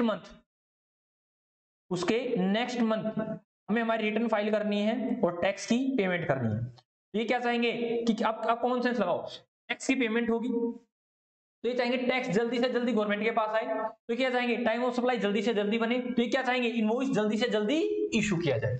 ध्यान सुनना, ये ट्राई करेंगे कि इनवॉइस को जल्दी से जल्दी, जितना जल्दी हो सके उतना जल्दी इनवॉइस सॉरी, जितना जल्दी हो सके इनवॉइस जल्दी से जल्दी इशू करो, क्यों, क्योंकि गवर्नमेंट को जल्दी से जल्दी क्या चाहिए, हमें तो जल्दी से जल्दी टैक्स चाहिए, ठीक है जी सर। तो चलो चलते हैं, कहता है इन केस ऑफ गुड्स, कहता है गुड्स के केस में, कहता है अगर गुड्स का रिमूवल है, अगर रिमूवल होना है गुड्स का, तो रिमूवल वाले दिन या रिमूवल से पहले आप क्या कर दो, इनवॉइस को इशू कर दो। लेकिन सर मूवमेंट इन्वॉल्व नहीं है, खड़ा खड़ा गुड बेच रहे हैं हम लोग, खड़ा खड़ा गुड्स बेच रहे हैं, तो कहता है अगर आप मूवमेंट नहीं है तो आपने जब उसको डिलीवरी दी ना उसकी, तो डिलीवरी वाले दिन या उससे पहले आप इनवॉइस इशू कर दो। देखो बेटा क्या कहता है, supply of goods involve removal of goods, goods का रिमूवल हो रहा है, मूवमेंट हो रहा है, इनवॉइस इशूड ऑन और before the time of the removal, removal वाले दिन या उससे पहले आप इनवॉइस इशू कर दो, ये लास्ट डेट है उसकी। या फिर removal of goods not required, तो क्या कहता है इनवॉइस इशूड बिफोर और eight the time of the delivery of the good, जब आप उसको डिलीवरी दे रहे हो, ले भाई ये गुड्स दे रहा ठीक है, ओके सर, एग्जांपल देखा है, अंडर कंस्ट्रक्शन प्रॉपर्टी को बेच रहे हो या सेल एंड लीज बैक कर रहे हो, आपने सेल किया और उससे लीज पे ले लिया, ठीक है, आपने उसको डिलीवरी नहीं दिया, आपने उसको रिमूवल नहीं करवाया। आगे क्या बात कहता है, कहता है कॉन्टिन्यूअस सप्लाई ऑफ गुड्स, क्या कहता है continuous supply of goods, goods continuous basis पे जाता रहेगा जाता रहेगा जाता रहेगा जाता रहेगा, ये उसकी बात करता है। लाइक कंस्ट्रक्शन का बिजनेस चल रहा है तो मेरे को सीमेंट की जरूरत होगी, यस सर, तो सीमेंट मेरे पास कॉन्टिन्यूअस बेसिस पे आएगा, आज 10 कट्टे आ गए, कल आज 10 बैग आ गए, कल 15 बैग आ गए, फिर 20 बैग आ गए, फिर 30 बैग आ गए, इस तरह से कॉन्टिन्यूअस सप्लाई ऑफ गुड्स रहने वाला है, ये उसकी बात करता है। Number 1 where periodic statement of the accounts are given by the supplier, क्या कहता है पीरियोडिक स्टेटमेंट देता है, मतलब सिंपल शब्दों में और सीमेंट वाला भाई मुझे स्टेटमेंट देता है मंथली, क्या देता है मंथली स्टेटमेंट देता है, क्या देता है मंथली एक स्टेटमेंट देता है, हिसाब करके ये और इतना आपका अमाउंट हुआ, सिंपल शब्दों में ये अमाउंट हुआ, कहता है जितने स्टेटमेंट देगा उस दिन या उससे पहले। चलो भाई साहब देखते हैं, वेयर पीरियोडिक स्टेटमेंट जब आपको मिल रही है तो invoice shall be issued on और before each statement is issued, मतलब सप्लायर ने जब मेरे को दिया, क्या नाम है सर सप्लायर, मतलब यहाँ पे किसकी बात कर रहे हैं, देखो भाई साहब कहता है where the periodic statement of the accounts are given by the supplier, supplier अगर आपको क्या नाम है ये आपको पीरियोडिक स्टेटमेंट दे रहा है तो क्या करता है क्या invoice shall be issued on और before each statement is issued, कहता है भाई साहब स्टेटमेंट जब भी इशू की जाएगी तभी आपको या तो उस दिन या उससे पहले, मतलब जब आप स्टेटमेंट दे रहे हो, ठीक है, क्योंकि सप्लायर से बिल देने वाला है, इनवॉइस देने वाला है, सप्लायर को बोला है अगर आप पीरियोडिक स्टेटमेंट दे रहे हो तो उस दिन या उससे पहले आप बिल को मतलब इनवॉइस को दे दो, दोस्त इनवॉइस को दे दो, मतलब ये लास्ट डेट आपकी।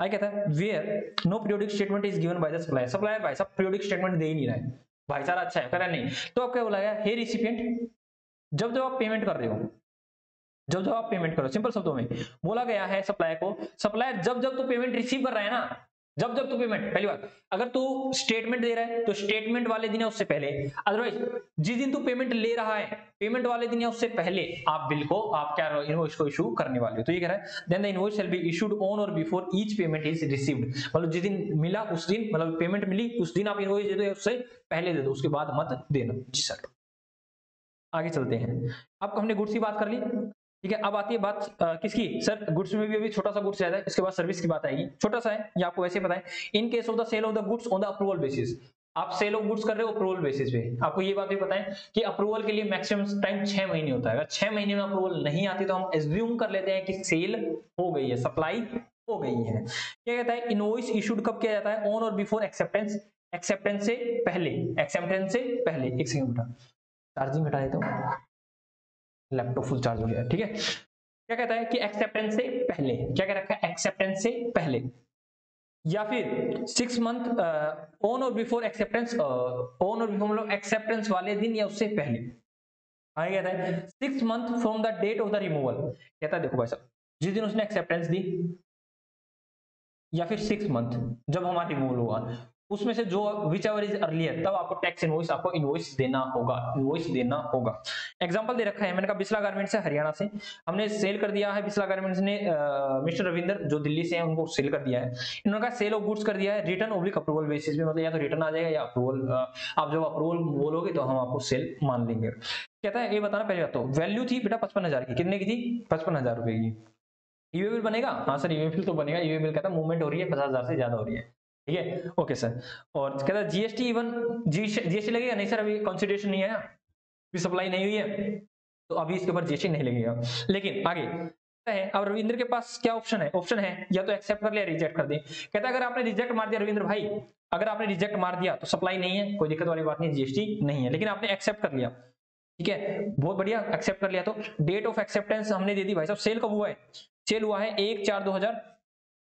1/4/2023 को सेल हुआ है, मतलब सेल नहीं हुआ मतलब सेल किया था उन अप्रूवल बेसिस पे, और इसने कितने दिन में, सर 60 दिन तो हुए ही नहीं है, हाँ 60 दिन का हुए हैं सर, उसने 20 मई को एक्सेप्ट कर लिया, तो इनवॉइस कब दे दिया जाएगा सर 20 मई को या उससे पहले, और जीएसटी रिटर्न कब फाइल कर दिया जाएगी उसके अगले महीने।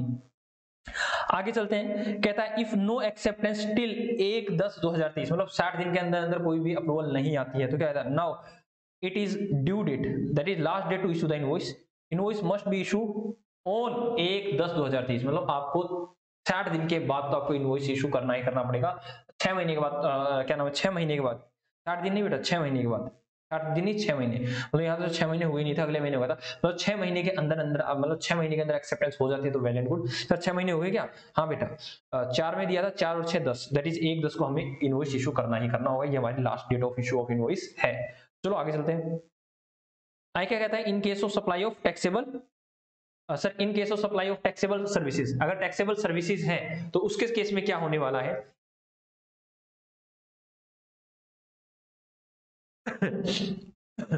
जय जय श्री राधे, क्या होने वाला है बेटा, कहता है ये सर क्या कहता है, कहता है in case of the supply of taxable services, कहता है जनरल प्रोविजन क्या है आमतौर पर क्या होना चाहिए, कहता है कंप्लीशन ऑफ सर्विस, जैसे ही सर्विस कंप्लीट हो जाए आप इनवॉइस इशू कर दो, ये जनरल प्रोविजन है, but if not issue any invoice at the time of the completion हो गई है लेकिन इनवॉइस इशू नहीं है, कंप्लीशन हो गई है इनवॉइस इशू नहीं किया है, कहता है इनवॉइस को आप इशू कर देना 30th day from the completion, मतलब आज कंप्लीट हो गई है, जनरल प्रोविजन कहता है कि कंप्लीट होते ही आप इनवॉइस इशू कर दो, लाइक मैं आपको सर्विस दे रहा हूँ, टीचिंग की, कहता है भाई साहब आपकी टीचिंग कंप्लीट होते ही आप इनवॉइस दे दो बच्चों को, या फिर कंप्लीट हो जाने के 30 दिन के अंदर अंदर दे देना, मतलब 30 दिन दिए, कंप्लीशन के 30 दिन के अंदर अंदर दे देना। लेकिन कहता है कि बैंक वालों को और इंश्योरेंस कंपनी को हम 30 की जगह 45 डेज दे रहे हैं कि आपकी सर्विस कंप्लीट हो जाए तो आप 45 दिन के अंदर आप क्या दे देना, इनवॉइस दे देना। ये किसको अलाउ है? Only banking and insurance companies को। आगे कहता है in case of continuous supply of services, continuous supply of service, मैं आपको कंटिन्यूअस सप्लाई ऑफ सर्विस दे रहा हूँ बेटा, ठीक है, एक साथ सर्विस नहीं दे रहा हूँ, डेली बेसिस पे सर्विस दे रहा हूँ, डेली बेसिस पे सर्विस दे रहा हूँ। कहता है कि अगर कंटिन्यूअस सप्लाई ऑफ सर्विसेज है, ठीक है, यहाँ पर हम कंस्ट्रक्शन की सर्विस लेते हैं, लाइक कंस्ट्रक्शन में ऐसे तो होता है कि ऐसा नहीं है एक ही दिन में आया और मकान बना के चला गया, नहीं बेटा, वो 1 साल 6 महीने 1 साल 2 साल हमारा मकान की कंस्ट्रक्शन चलती है, मतलब हमारा वो जो भी भाई है वो हमें सर्विस देता है एक कॉन्टिन्यूअस बेसिस पे। देखें कॉन्टिन्यूअस सप्लाई होती क्या है, लास्ट में दे रखा है कॉन्टिन्यूअस सप्लाई, ठीक है, क्या होती है। कहता है where due date of the payment is ascertain, कहता है कि अगर कंटिन्यूअस सप्लाई है, डेली बाय डेली मेरे को सर्विसेज मिल रही है, सप्लाई मिल रही है, कहता है कि असर्टेन पता लग रहा है फ्रॉम द कॉन्ट्रैक्ट, कहता है कि पेमेंट का पता चला कि पेमेंट कब होनी है, क्या हो रहा है, पेमेंट का पता चला कि लाइक पेमेंट 1 महीने बाद होनी है, हर 1 महीने बाद पेमेंट होनी है, या फिर 10% काम कंप्लीट होने के बाद मिलनी है, इस तरह से पता चल रहा है। तो कह रहा है इनवॉइस इज इशूड ऑन और before the due date of payment, जब भी पेमेंट होनी है उसके ड्यू डेट से पहले इनवॉइस इशू हो जाना चाहिए, उस दिन इशू हो जाना चाहिए। आई कह रखा है वेयर ड्यू डेट का नहीं पता चला, असर्टेन नहीं है ड्यू डेट का, क्या कहता है, ड्यू डेट का पता नहीं चल रहा है, ठीक है, तो यहाँ पे तो ड्यू डेट से पहले, अब ड्यू डेट का पता नहीं चल रहा है, तो ड्यू डेट का नहीं पता चल रहा, तो कहता है जिस जब आप पेमेंट कर रहे हो तो पेमेंट से पहले, ठीक है, ये कह रहा है इनवॉइस इशूड बिफोर और eight the time when the supply of the service, क्या नाम है, supplier of services receive the payment. ऊपर कहता है अगर ड्यू डेट का पता है तो ड्यू डेट से पहले, कहता है ड्यू डेट का पता नहीं है तो पेमेंट वाले दिन या पेमेंट से पहले, मतलब ड्यू डेट वाले दिन या ड्यू डेट से पहले, पेमेंट वाले दिन या पेमेंट से पहले।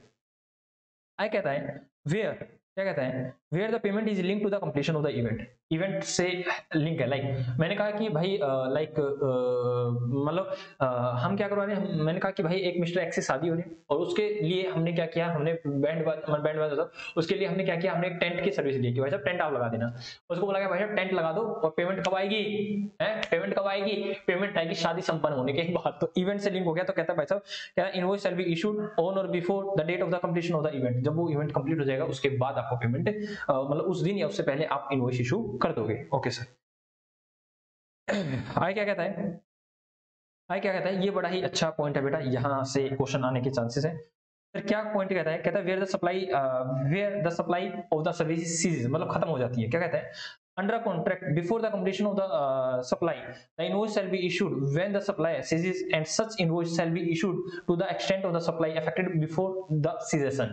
मतलब ये क्या है, मतलब बिफोर सच cessation, ये क्या मतलब है, देखो बेटा इसको नीचे समझो, मैं बताता हूँ क्या होता है। मैंने कहा ये बिजला कंस्ट्रक्शन है, मैं सप्लायर हूँ और ये मिस्टर मोहन रिसिपिएंट है, मैं इसको सर्विसेज दे रहा हूँ, ठीक है, हमारे बीच में एक एग्रीमेंट हुआ था कि क्या पेमेंट होगी after 40% completion of building, building की 40% कंप्लीट हो जाएगा उसके बाद वो मेरे को पेमेंट करने वाला है। इन सिंपल मैनर अगर जनरल क्लोज वैसे चल रहा होता तो कब होता, सर जब वो मेरे को पेमेंट करेगा पेमेंट वाले दिन या उससे पहले मेरे को इनवॉइस देना पड़ेगा, लेकिन हमारे बीच में भाई साहब झगड़ा हो गया, मैंने 10% कंप्लीट किया, कंप्लीट करने के बाद भाई साहब मैंने कहा कि भाई साहब मैं नहीं करने वाला आपका काम धंधा, तो कहता है भाई साहब 10 नॉर्मल प्रोविजन क्या था कि 40% काम हो जाने के बाद आप इनवॉइस देने वाले हो, लेकिन अगर आपने बीच में ही काम छोड़ दिया है तो हम एज्यूम करेंगे कि 10% ही आपको सर्विस देनी थी और 10% आपने दे दी है और ये कंप्लीट हो गई सर्विस, तो 10% कंप्लीट होते ही हम मानेंगे कि आपने सर्विस कंप्लीट दे दी है, तो अब 10% का इनवॉइस आप इशू कर दीजिए। बात समझ आई नहीं, ठीक है, invoice issue at the time of the season, that is 10% आपने कंप्लीट किया तो उसको आप उसको इनवॉइस दे दो, और इनवॉइस दो और क्या करो सर टैक्स पे करो अगले महीने।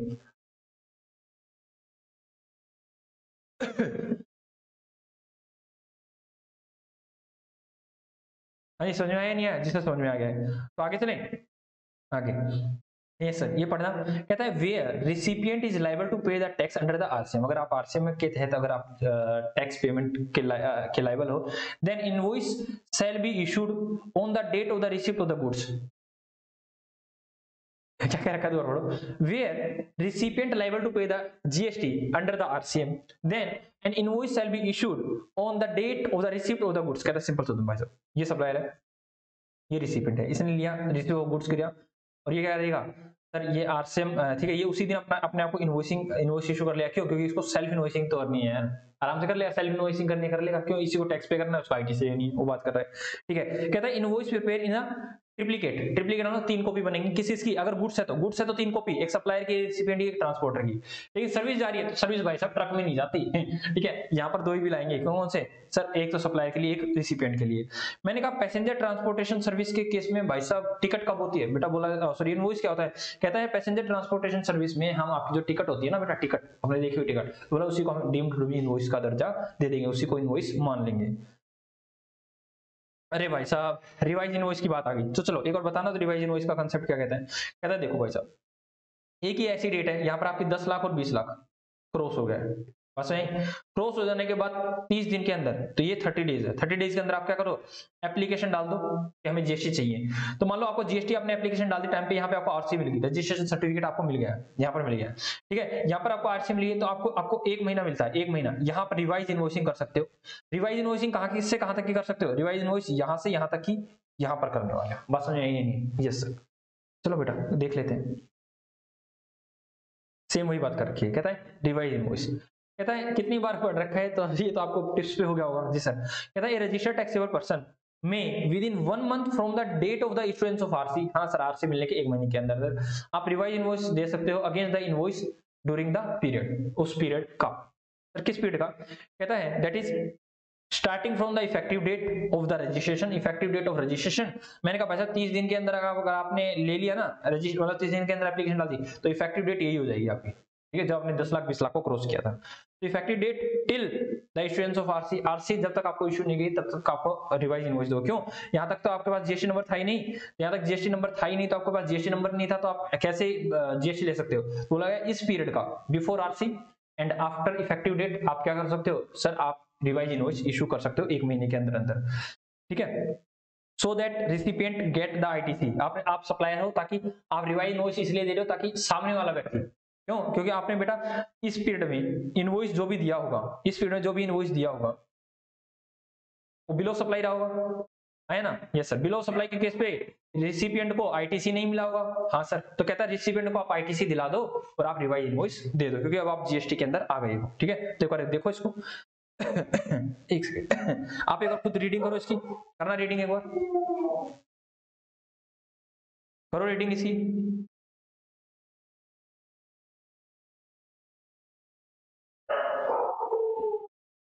जल्दी से रीडिंग करो बेटा, जल्दी से करें, बाहर डोगी है डोगी है, आवाज आ रही है क्या आप लोगों को, शायद अब नहीं आ रही होगी, चलो करते हैं। कहता है कि भाई देखो ये एक डेट थी, ये एक डेट थी सर, क्या डेट थी, 1/4/2023, यहाँ पे हमने क्रॉस कर दिया है 10 लाख 20 लाख को, कहता 30 दिन के अंदर आप अप्लाई करो रजिस्ट्रेशन के लिए, हमने रजिस्ट्रेशन के लिए अप्लाई कर दिया और 15/5/2023 को हमें आरसी ग्रांट हो गई है, तो कहता है 15/5 से 14/6 1 महीने के अंदर here revise invoice can be issued, और रिवाइज इनवॉइस कहां से कहां तक का सर, इफेक्टिव डेट है 1/4/2023, क्यों, क्योंकि मैंने 30 दिन के अंदर रजिस्टर अप्लाई कर दिया है, 30 दिन के बाद अप्लाई करता तो इफेक्टिव डेट जहां मैंने अप्लाई किया वहां से होती, कहता 30 दिन के अंदर आपने अप्लाई कर दिया तो इफेक्टिव डेट यही होगी, तो अब आप क्या हो रहे हैं, if applied within 30 days, effective date कब हो जाएगी सर, 1/4/2023 ही हो जाएगी, और आप क्या करोगे यहां से लेकर यहां तक का रिवाइज इनवॉइस इस पीरियड में इशू करने वाले हो, बात समझ आई या नहीं आई जी सर, बात समझ आ गई है।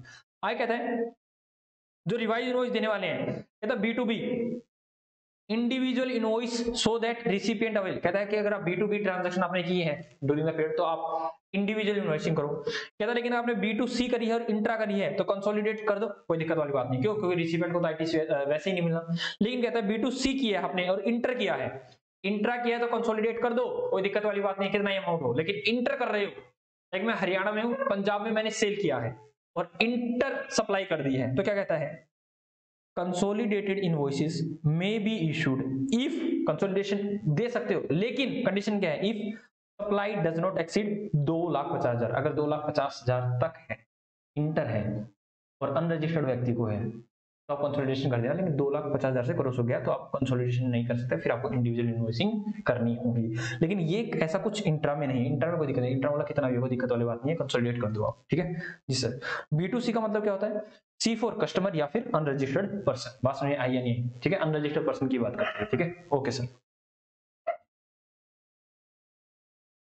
आगे चलते हैं, आगे कहता है कॉन्टिन्यूस सप्लाई क्या होती है, क्या कहता है कॉन्टिन्यूस सप्लाई क्या होती है, क्या कहता है कॉन्टिन्यूस सप्लाई क्या है, कहता है कॉन्टिन्यूस सप्लाई ऑफ सर्विसेज ठीक है, कॉन्टिन्यूस सप्लाई ऑफ सर्विसेज और कॉन्टिन्यूस सप्लाई ऑफ गुड्स। कहता कॉन्टिन्यूस सप्लाई ऑफ सर्विसेज क्या होती है, कहता कॉन्टिन्यूस सप्लाई या फिर क्या नाम है, रिकरेंट। ठीक है, रिकरेंट मतलब बार बार हो रही है।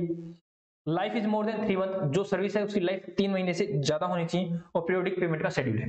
यहाँ पर क्या कहते हैं, कहते हैं कंटिन्यूअस सप्लाई हो रही है और रिकरेंट हो रही है, मतलब रिकरेंट मतलब बार बार होने वाली, ठीक है, रिकरेंट मतलब बार बार होने वाली, और पीरियोडिक पेमेंट है, लेकिन यहाँ पे लाइफ का कोई जिक्र नहीं है। सर्विस में 3 महीने से ज्यादा क्या होनी चाहिए, लेकिन गुड्स के केस में 3 महीने का ऐसा कोई प्रोविजन नहीं दे रखा है। ये बार पढ़ देना है, वैसे आपने पहले भी पढ़ रखा है। कहता बैंकिंग हो, फाइनेंशियल इंस्टीट्यूशन हो, एनबीएफसी हो या इंश्योरेंस कंपनी हो, may issue a tax invoice without serial number. पढ़ा था हमने कि हाँ 16 डिजिट का सीरियल नंबर रह भी दोगे तो कोई दिक्कत वाली बात नहीं है।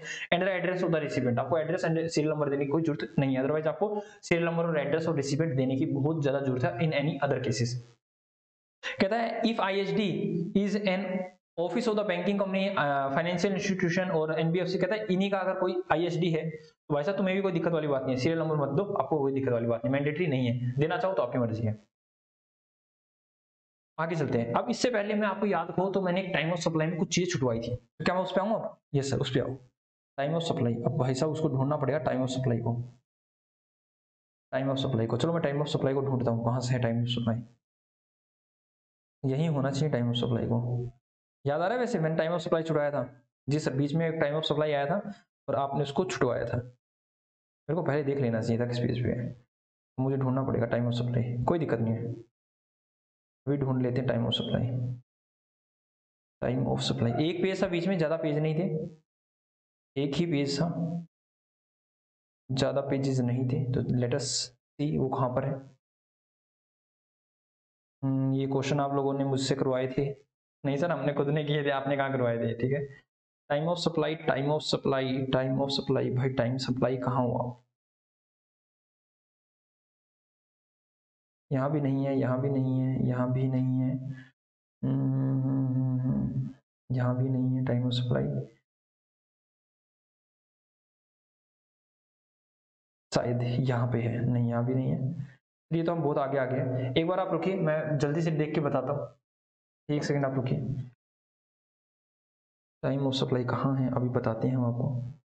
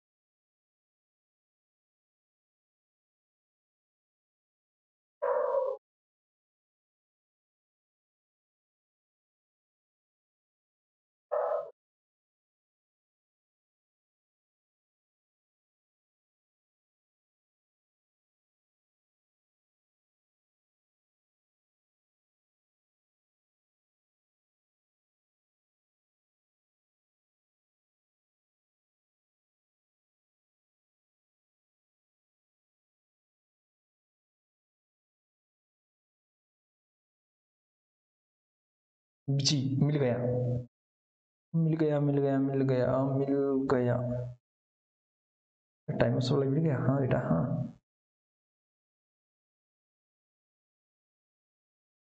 एटी 86 पेज पे है।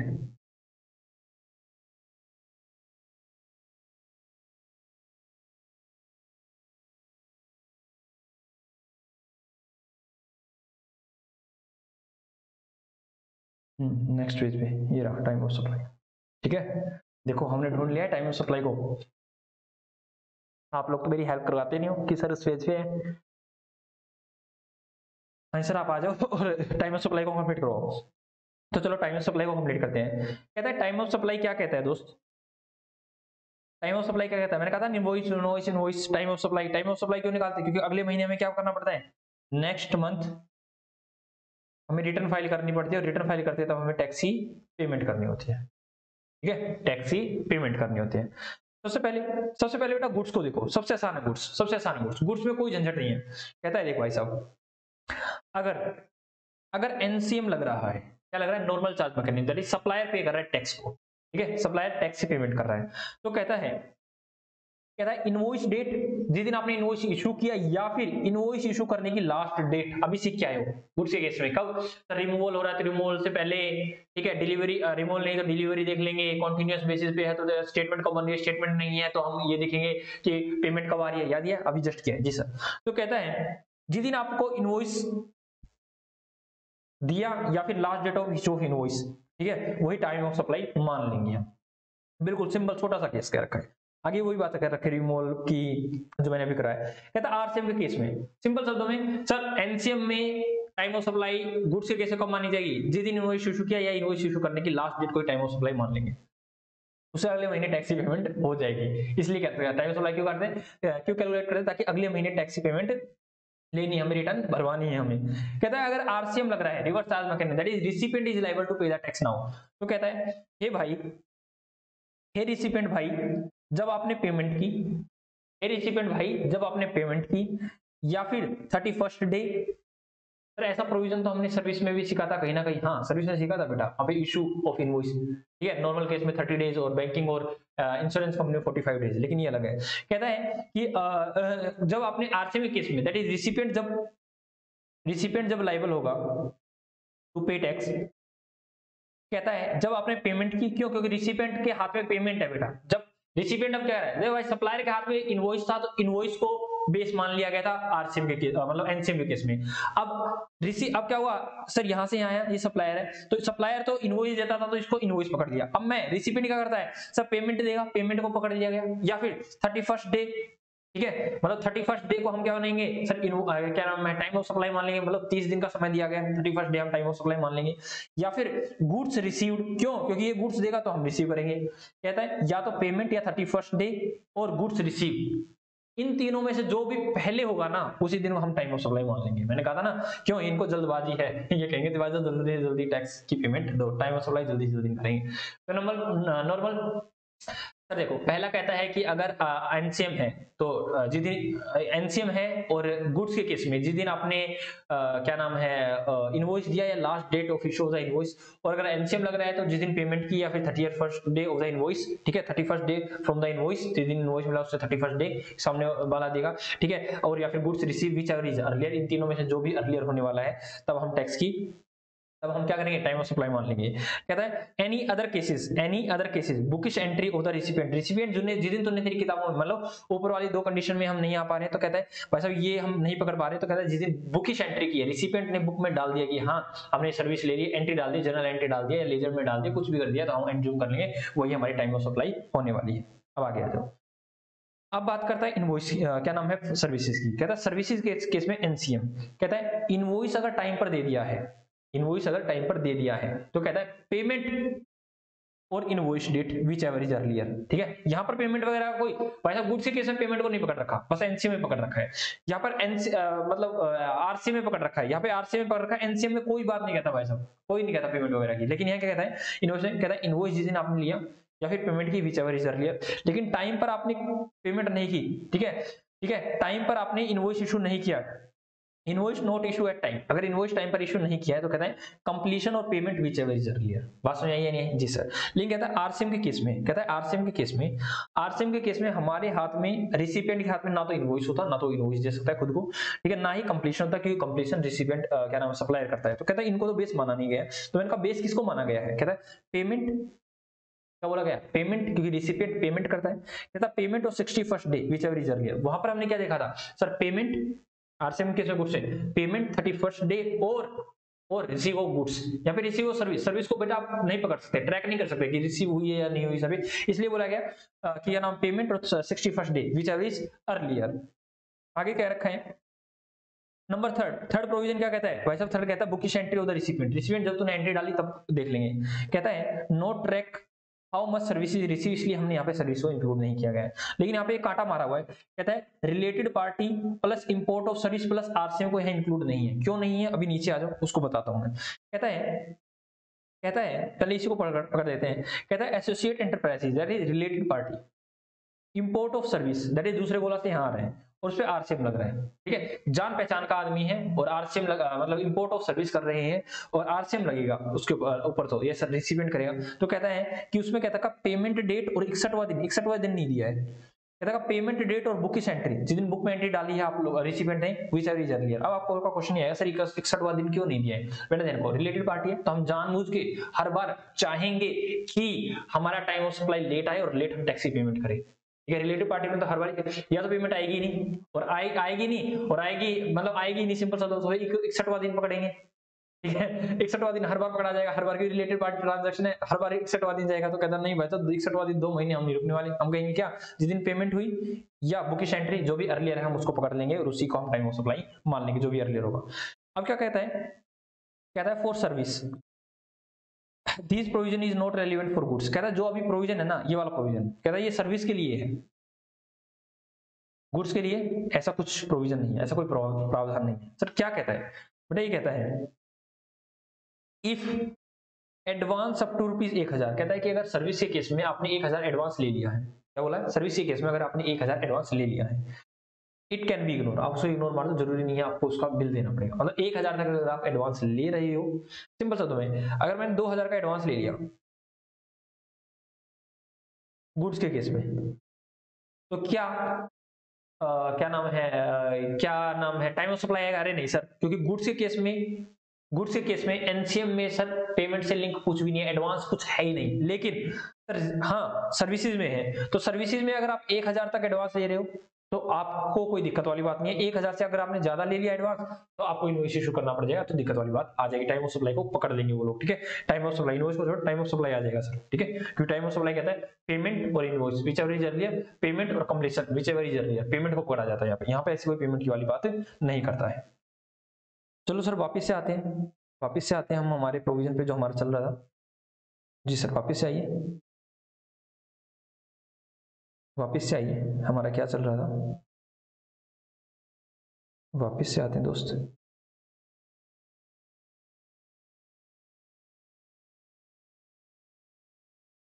इनवॉइस कर रहे थे, टाइम ऑफ सप्लाई पर आ चुका है, इनवॉइस हमारा कंप्लीट हो चुका है, टाइम ऑफ सप्लाई भी आए हुए हैं और छोटा सा प्रोविजन है इनवॉइस का। अभी जो हम पढ़ के आए हैं, देखो एक बार देखना, क्या ये पढ़ के आए हो या आप नहीं पढ़ के आए हो, चेक करने का, चेक करो आप ये पढ़ के आए हो नहीं, आप पढ़ के आए हो अभी।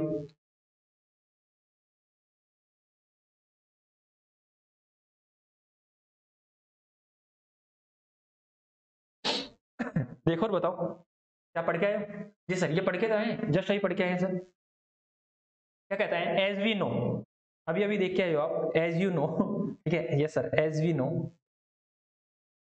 क्या जानते हो आप सर, हम ये जानते हैं कि in case of the supply of the services where invoice issued on time, अगर टाइम पे इशू करता है तो इनवॉइस डेट और payment date whichever is earlier, ठीक है, ये बात करता है एनसीएम की।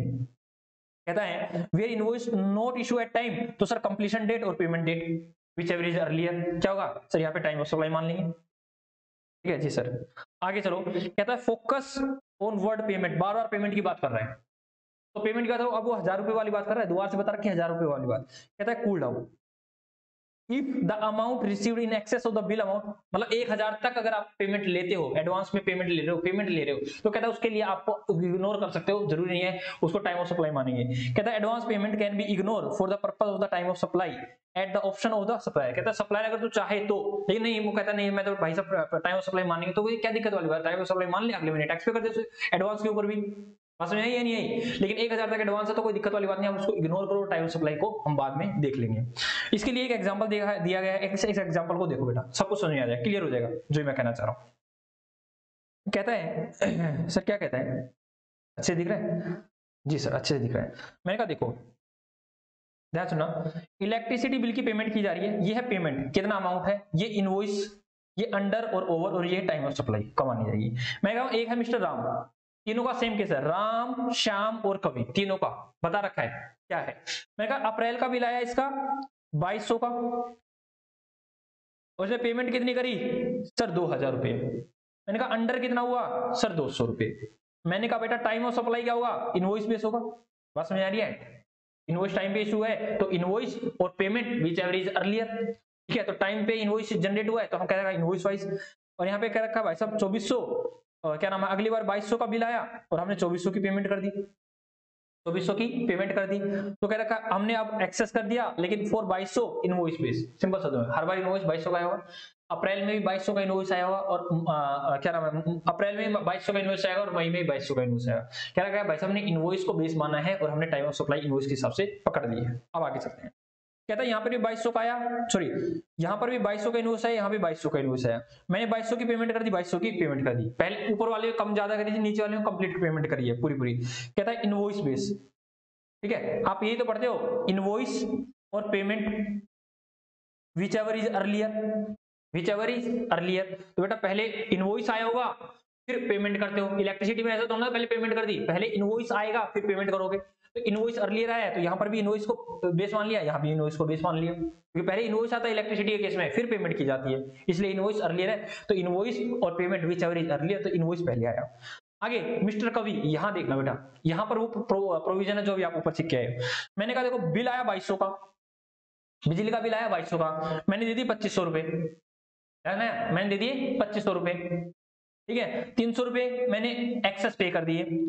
अब आगे अगले बार आया 2200 का, मैंने इसको दिए 1900 रुपए। सर 1900 क्यों दिए, क्योंकि मैंने 300 पहले ज्यादा दे रखे थे, अब 300 कम कर दिए। तो यहाँ पे अंडर मतलब हमने कम कितनी पेमेंट की, 300 रुपए की। तो अब क्या कहता है, अब क्या कहता है, और 2200 इनवॉइस बेस, क्योंकि आपने 2200 में मतलब पहले बिल आया होगा 2200 का, फिर आपने पेमेंट की होगी, लेकिन 300 रुपए के लिए आपने एडवांस पेमेंट कर दिए, तो 300 रुपए के लिए हम पेमेंट बेस क्या मानेंगे, टाइम ऑफ सप्लाई मान लेंगे।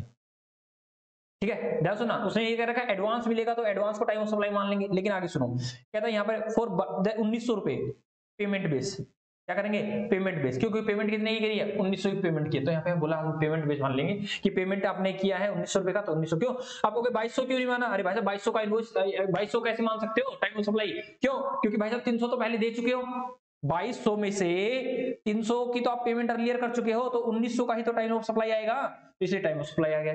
अब आगे पढ़ना बेटा, एक बार ध्यान सुनना, अब यहां पढ़ना, ये क्या कह रखा है, कह रखा है यहाँ पे, कहता है note at the option of the supplier in case of कवि, अभी जो पढ़ के आए हो, जो 2500 दिए थे एक बार में और दूसरी बार में 1900 दिए थे, ध्यान सुनो, बस सुन लो, बहुत है, इनफ सफिशिएंट है, इतना सुन भी लोगे तो। कहता है time of supply can be based on the invoice, कहता है जो आपने पेमेंट किया ना इसको इग्नोर मार दो, क्यों, क्योंकि आपने जो भी एक्सेस और अंडर एक्सेस पेमेंट जो की है वो 1000 तक ही तो की है, क्योंकि आपने 300 की है, आप उसको इग्नोर मार दो और क्या कर दो, इग्नोर कर दो इसको 300 को, और आप 2200 की टाइम ऑफ सप्लाई अप्रैल में मान लो और 2200 की time of supply based on invoice कब मान लो, मई में मान लो। तो ये बात रखिए, ये मैंने आपको ओरिजिनल वहां पे दिखाया कि 2200 की तो इनवॉइस वाइज हो जाएगी और 300 रुपए की पेमेंट वाइज हो जाएगी, और अगली बार कितनी हो जाएगी, पेमेंट वाइज 1900 की टाइम ऑफ सप्लाई हो जाएगी। लेकिन क्या रखा है 1000 तक अगर आपने एडवांस लिया है तो आप उसको इग्नोर मार दो और इनवॉइस बेस आप क्या कर लो, सर्विस के केस में इनवॉइस वाइज क्या कर लो सर, आप टाइम ऑफ सप्लाई को मान लीजिए। जी सर, आगे चलते हैं, इसको पढ़ना बेटा, ये भी बहुत इंपॉर्टेंट है, ये भी इंपॉर्टेंट है, ध्यान सुना, एग्जाम में क्वेश्चन आएगा ही आएगा यहाँ से, ठीक है, पक्का आएगा, एग्जामिनर आया था, सपने में एग्जामिनर आया था बता के गया था मुझे एक अनुसार टॉपिक आएगा, ठीक है जी सर। ठीक है, तो क्या कहता है, in case of the voucher, अगर आपको कोई वाउचर वगैरह मिलता है, वाउचर मिला याद है, आपको कोई वाउचर मिलता है, किस वाउचर से आप ये कर सकते हो, इस वाउचर से आप वो कर सकते हो, इस वाउचर से आपको मूवी का टिकट 50% ऑफ मिलेगा, इस वाउचर से आपको डोमिनोज में 80% का डिस्काउंट मिलेगा, ठीक है, वो चीजें बात कर रहे हैं।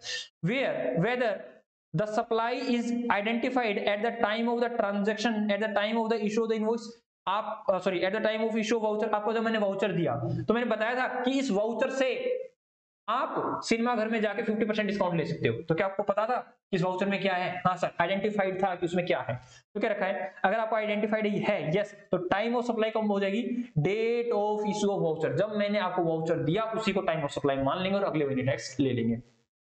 लेकिन मैंने आपको वाउचर दे दिया या फिर मेरे को वाउचर मिला, बट मेरे को ये नहीं पता इस वाउचर में क्या है, इसके अंदर क्या है, इसको मेरे को क्या मिलने वाला है, ठीक है, अगर आपको ये नहीं पता, आइडेंटिफाइड नहीं इस वाउचर से आपको क्या मिलने वाला है, मतलब फ्यूचर में पता चलेगा, ठीक है, मतलब सिंपल शब्दों में देखो सर क्या कह रखा है, आराम से पढ़ते हैं, कहता है whether the supply is identified eight the time of, कह रखा वैसा पहले ही पता था, खाना खा सकते हैं। दूसरा, अब मुझे एक वाउचर मिला है, बोला गया कि आप पूरे भारतवर्ष में कहीं से बैठकर कहीं तक की यात्रा कर सकते हो, भाई साहब भाई अब उसको पता तो नहीं है वाउचर में कहीं से बैठे कहीं तक की यात्रा कर सकते हैं, इसको कहाँ क्या पता मैं कहाँ से चढ़ूंगा, कहाँ से मेरी बोर्डिंग होगी और कहाँ से मैं उतरूंगा, भाई साहब कहाँ से कहाँ जाऊंगा, दिल्ली से मुंबई जाऊंगा, दिल्ली से राजस्थान जाऊंगा, कहाँ से जाऊंगा, कुछ नहीं पता ना, आइडेंटिफाइड नहीं है, ये सर नो आइडेंटिफाइड, ठीक है। तो डेट ऑफ रिडम्पशन, जब आप उसको रिडीम करवाने आए कि आप क्या लेने आए हो, या फिर मेरे को वाउचर मिला है, वाउचर से बोला गया, वाउचर बोला गया कि भाई साहब पूरा पूरा मॉल है, उसमें से आप कुछ भी खरीद सकते हो, कुछ भी चीज खरीद लो आपको फ्री मिल जाएगी। तो भाई साहब कुछ भी चीज खरीद सकते हो फ्री मिल जाएगी, तो मुझे उसको आइडेंटिफाइड तो नहीं, आप क्या स्पेसिफिक बता रखा है कि आप भाई साहब मूवी पे 10% डिस्काउंट मिल जाएगा, आपको ये मिल जाएगा वो मिल जाएगा, आइडेंटिफाइड है तो कोई दिक्कत वाली बात नहीं है। लेकिन आइडेंटिफाइड नहीं है eight the time of issue the voucher, तो टाइम ऑफ सप्लाई क्या हो जाएगी सर, जब वो रिडीम होगा ना तभी टाइम ऑफ सप्लाई बनेगी सर। आगे क्या रखा है, दिख रहा है क्या आपको, ये क्या रखा है, ये देखो सर, इसको हटाओ, इसको हटाओ, मैंने क्या क्या रखा है, इन एनी अदर केस, अगर कोई और केस हो जाता, कोई और केस होता है तो टाइम ऑफ सप्लाई कब मानेंगे, क्या रखा है, टाइम ऑफ सप्लाई होगा जीएसटी की रिटर्न जब आप फाइल करोगे, that is payment of tax करोगे, तभी हम टाइम ऑफ सप्लाई मानेंगे, इनके अलावा कोई भी केस हो जाए, ठीक है ओके सर। आगे क्या रखा है, change in the rate of tax in respect of the supply of the goods and service, भाई सब supply of goods and service किया तो रेट ऑफ टैक्स चेंज हो गया, अब क्या होने वाला है, टाइम ऑफ सप्लाई कब होगी और कौन सा रेट ऑफ टैक्स लगेगा, ध्यान सुनो बेटा आराम से देखो। पहली बात तो तीन चीजों को ध्यान रखना, number 1 supply, number 2 payment, number 3 invoice.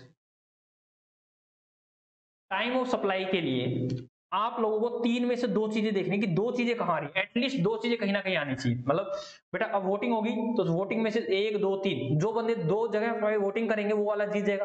तो सबसे पहले देखो कि दो चीज कहां पर आ रही है, ये और ये आ रही है तो यहीं पर टाइम ऑफ सप्लाई हो जाएगा, ये और ये आ रही है तो वहां पे टाइम ऑफ सप्लाई हो जाएगा, ये और ये आ रही है वहां पे टाइम ऑफ सप्लाई हो जाएगा, ये और ये आ रही है तो वहां पे टाइम ऑफ सप्लाई हो जाएगा। बट एक कंडीशन ध्यान रखना, ये दोनों इकट्ठे आ जाते हैं तो अर्लियर का सिंबल आ जाएगा, whichever is earlier, payment और invoice whichever is earlier, otherwise बाकी सब केस में क्या आएगा सर, जो दो एक्सेस है मतलब दो जगह पे हैं, जो इन तीनों में से दो आ जाएंगे तो वहीं पर टाइम ऑफ सप्लाई हो जाएगा। सर बताना था, मैंने कहा before change of rate, after change of rate ये हुआ तो टाइम ऑफ सप्लाई क्या हुआ, मतलब before rate of tax change होने से पहले की सिचुएशन ये रही, चेंज होने के बाद की सिचुएशन ये रही। मैंने कहा देखो दोस्त, रेट ऑफ टैक्स से पहले सप्लाई हो गई, लेकिन टैक्स रेट चेंज होने के बाद इनवॉइस हुई और पेमेंट हुई, तो सबसे पहले बताओ टाइम ऑफ सप्लाई कहां आएगा, यहां आएगा या यहां आएगा, नहीं सर दो बंदे जहां पर है तो दो बंदे यहां पर है तो यहां पर आएगा पहली बात तो टाइम ऑफ सप्लाई।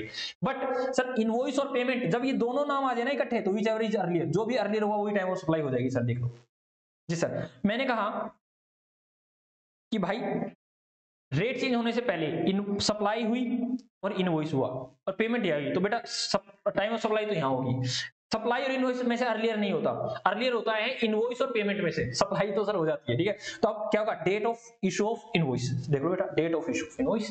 मैंने कहा बेटा यहाँ पेमेंट और सप्लाई हुई तो सर दो बंदे कहाँ हैं, यहाँ है, तो मैंने कहा भाई साहब सर सप्लाई के साथ नहीं देखते हम, पेमेंट और इनवॉइस जब आता है ना उनमें से अर्लियर देखते हैं, तो date of payment, date of receipt of payment. आगे चलते हैं, आगे चलते हैं, कहता है इनवॉइस और पेमेंट, क्या कहता है इनवॉइस और पेमेंट, क्या कहता है इनवॉइस और पेमेंट यहाँ हुई और सप्लाई यहाँ हुई है दोस्त। तो कहता है इनवॉइस और पेमेंट दो यहाँ पर है तो इसको पकड़, यहाँ टाइम ऑफ सप्लाई बनने वाली विच एवर इज, देख लो भाई साहब supply which ever is earlier. बात समझ में आई या नहीं आई, जी सर बात समझ में आ गई है। नेक्स्ट चलते हैं, नेक्स्ट चलते हैं, और इसके बाद बस इसके बाद ये थोड़ी सी अमेंडमेंट पोर्शन है बेटा, ये अमेंडमेंट पोर्शन मैंने वैसे साथ साथ भी करा दिया पर फिर भी हम पढ़ा देंगे। तो एक बार इसको कर लेते हैं, इसको कर लेते हैं सर, इसको करो जल्दी से कराओ सर, जल्दी से कराओ। इसके बाद आज की क्लास यहीं पे हम छोड़ देंगे, टेंशन ना ले। कहता बिफोर आफ्टर, कहता है बिफोर इनवॉइस था और आफ्टर सप्लाई एंड पेमेंट था, तो सर डेट ऑफ पेमेंट, क्योंकि आफ्टर होगा तो आफ्टर क्या आएगी लेकिन डेट ऑफ पेमेंट, तो टाइम ऑफ सप्लाई कहाँ आएगा सर यहाँ आएगा, that is date of payment. मैंने कहा पेमेंट सप्लाई और इनवॉइस, तो सर यहाँ पर बहुमत मिल रही है, यहाँ पे बहुत ज्यादा है क्योंकि 1 2 और 3, 3 में से 2 ने फेवर जहां किया, जहां पर वोटिंग फेवरेबल आई, 2 आए जहां पर, वहीं पे हम क्या बनाएंगे टाइम ऑफ सप्लाई बनवा देंगे। तो यहाँ पे क्या आया sir date of issue of invoice, ठीक है बात समझ नहीं आई जी सर, मतलब vote by 3 win if you get 2 vote, अगर आपको 2 वोट मिल जाते हैं तो आप जीत जाते हो, आप जीत जाते हो। तो आगे चलते हैं, आगे चलते हैं दोस्त, कहता है क्या कहता है, तो देखो यहाँ कहता है change in rate 12% to 18% from 1/4/2023, 1/4/2023 से रेट चेंज हो रहा है, और नीचे एग्जांपल दे रखा है, इस एग्जांपल को कर लो बहुत है इनफ है। मैंने कहा देखो 1/4/2023 को रेट चेंज हो रहा है, तो मुझे इससे पहले देखना है और इससे बाद देखना है। जो दो जगह मतलब दो चीज जहां पे आई होंगी उसको टाइम ऑफ सप्लाई बोलेंगे। देखो मैंने कहा सप्लाई कब हुई है 1/3 मतलब पहले हुई है, 1/4 से पहले हुई है, और ये 1/4 के बाद हुई है पेमेंट और इनवॉइस। तो अब क्या करें बाद का विच एवर इज अर्लियर, तो इनमें से 4 आई पहले या 5 आई सर 5, तो टाइम ऑफ सप्लाई क्या हो जाएगी सर 4/4/2023, तो मतलब 4/4 में कौन सा रेट था सर, रेट था 18%, तो 18% रेट यूज होने वाला है। आगे डेट ऑफ सप्लाई सर 1/4/2023 मतलब और 30/3/2000 मतलब 1 अप्रैल से तो पहले है दोनों के दोनों, यस सर। तो यही टाइम ऑफ सप्लाई हो जाएगा, टाइम ऑफ सप्लाई क्या होगा डेट ऑफ इनवॉइस, तो डेट ऑफ इनवॉइस ये हो जाएगा और 12% लग जाएगा, क्यों क्योंकि 1/4 से पहले 12% था सर, 3 पहले 4 पहले बाद में और 3 पहले, तो सर सप्लाई और पेमेंट तो डेट ऑफ पेमेंट हो जाएगा सर दैट इज 12%, 1/4 से पहले 12% रेट था। अब यहाँ पे 4 3 और 4 दैट इज सर बाद वाला है, तो सप्लाई के साथ बाद वाला क्या है पेमेंट, तो डेट ऑफ पेमेंट हो जाएगी दैट इज 1/4 के बाद 18 था तो 18 आ जाएगा। 4 3 और 3 सर ये दोनों है 3 3, इन दोनों में से विच एवर इज अर्लियर, तो कितना हो जाएगा सर 20 तारीख 12%, क्यों 12 क्यों 1/4 से पहले 12% ही था जी सर। तो अब मैंने जो क्वेश्चन निकाल रखे थे ना आप लोगों के लिए वो क्वेश्चन करते हैं, जो मैंने क्वेश्चन निकाल रखे थे आप लोगों के लिए वो क्वेश्चन करते हैं, ठीक है जी सर। हम वो क्वेश्चन करते हैं, हमने वो क्वेश्चन जहाँ जहाँ छोड़े थे, तो चलो देखते हैं कहाँ पर है हमारे क्वेश्चन। ये आगे क्वेश्चन भाई, ये आगे क्वेश्चन, चलो देखता हूँ कौन बच्चा ठीक जवाब बता पाएगा और कौन बच्चा गलत जवाब बता पाएगा जी सर। देखते हैं नंबर 1 पहला कहता है dash contain the power to make the law in respect of GST, GST में कौन सा है सर, ये कहाँ आ गई sir article number 246 capital A, ठीक है आप लोग मुझसे पहले करो इन क्वेश्चन को। आगे कहते हैं नंबर इनपुट सर्विस डिस्ट्रीब्यूटर, अभी क्या है इनपुट सर्विस डिस्ट्रीब्यूटर, मतलब ये आपके इंस्टीट्यूट के द्वारा दिए गए क्वेश्चन है जो हम कर रहे हैं, देखते हैं आप लोग कितना परफॉर्म कर पा रहे हो। 16 क्वेश्चन पहले के थे और शायद 15 या 16 आज है, तो मैं वो सारे क्वेश्चन लेके आ रहा हूँ और देख रहा हूँ कि कितने बच्चे कितने आपके ठीक हो रहे, तो आप अपने आप को क्या नाम इवेल्युएट भी कर पा रहे हो कि हम कहाँ स्टैंड कर रहे हैं। तो क्या कहता है आईएसडी में distribute the CGST credit within the state as, मतलब अगर सिंपल शब्दों में कहता है head office and branch same state से हैं तो क्या होगा तो क्या होगा सर क्या नाम है सीजीएसटी को कैसे दिया जाएगा सर, सीजीएसटी को सीजीएसटी के रूप में दिया जाएगा। बात समझ आई नहीं आई जी। तो चलो अगले वाले 2 क्वेश्चन एक बार आप पढ़ो जल्दी से पढ़ो और बताओ जवाब क्या आएगा। राधे राधे, पढ़ लिया?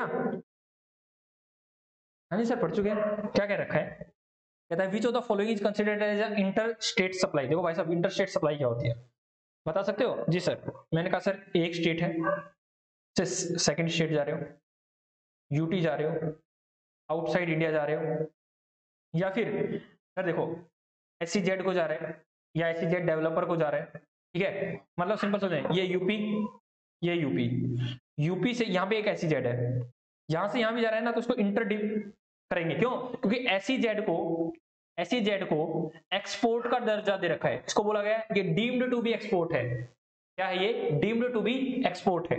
बस नहीं मतलब एससीजेड को दे रहे हैं एससीजेड से आ रहा है चाहे वो सेम स्टेट के अंदर हो तो भी इसको इंटर बोला जाएगा। चलो करते हैं, कहता है supply receive from the SCZ yes, supplies made to yes, goods imported from Japan yes, all of the above yes. चलो आगे चलते हैं। आगे क्या कहता है when the e-way bill is not required to generate, e-way bill कब required नहीं होता सर, देखते हैं number 1 where the goods are being transported are specified in the annexure 138, मतलब जो भी आपने उस e-way bill देखा है वो रूल नंबर 138 में, हाँ जो बताएगा वहां के लिए जी पहला तो ठीक है। where the goods are being transported from custom port airport cargo क्या नाम है air cargo complex and Indian custom station to the England, कहता है भाई साहब वही घूम रहा है यस, यहाँ पर भी ई-वे बिल जरूरत नहीं है। Where the goods are being transported from non motorized vehicle, मतलब मोटर नहीं है तांगे में लेके जा रहे हैं यस, दैट इज आंसर आएगा all of the above. Next next क्या कहता है, चलो देखते हैं आप लोग बता पाओगे या नहीं बता पाओगे।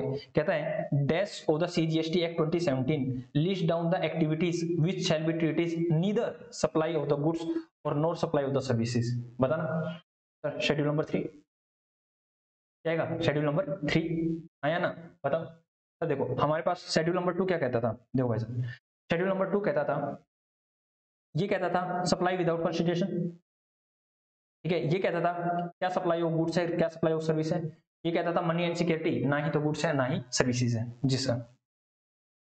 आगे चलते हैं, आगे चलते हैं मेरे दोस्त।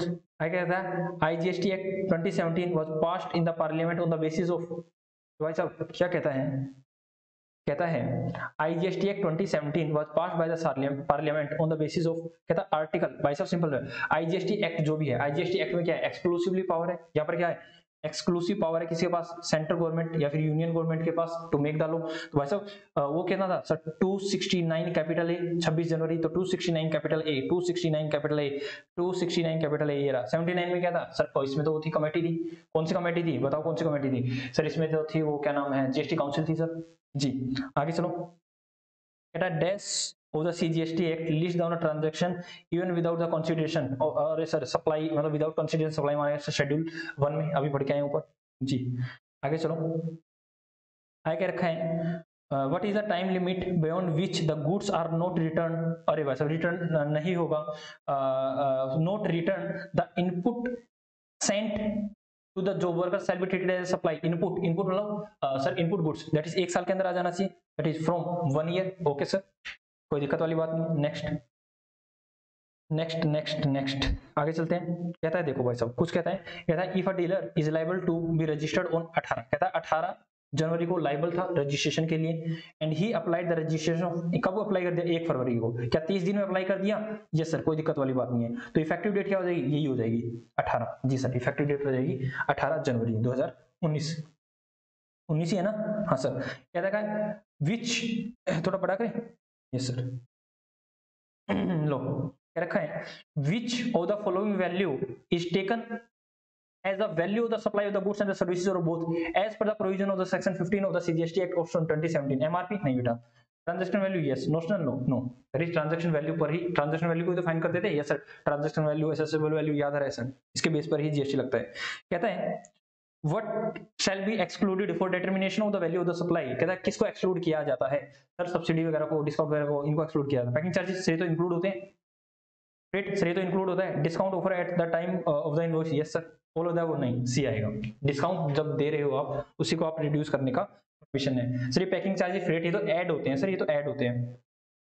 आगे क्या कहता है, the union territory goods and services act is applicable on, sir inter state, अरे सर कैसी बात कर रहे हो, यूनियन टेरिटरी एक्ट इंट्रा पे अप्लाई होता है, इंटर पे नहीं होता। दूसरा बोथ नो नन होता है, वो देखते हैं, कहता है intra state supply of the goods and the service both by the union territories, very good, union territory act union territory में ही लागू होता है। आगे चलते हैं, आगे क्या कहता है क्या कहता है, कहता है where the registered person has claim the depreciation on dash of the capital goods ITC shall not be allowed, कहता है कि अगर वो डेप्रिसिएशन क्लेम करता है किस पर, तब उसको आईटीसी नहीं मिलेगा। कॉस्ट पर नहीं सर, कॉस्ट की तो बात करते ही नहीं है। Tax component of cost sir, tax component, हाँ टैक्स कंपोनेंट सर आपने बताया था 10 लाख और 1,80,000, तो 1,80,000 की बात करते हैं, टैक्स कंपोनेंट जो जीएसटी का 180 का अमाउंट है ना, अगर उस पर आप डेप्रिसिएशन क्लेम कर रहे हो तो आपको आईटीसी नहीं देंगे। बात समझ आई नहीं है जी सर। आगे क्या बात करता है तो देखते हैं, number 14 which of the following is not considered as a intra supply, supply to और बाय एसीजेड, यस सर ये इंट्रा नहीं है, नॉट ये इंट्रा नहीं है, इंटर है।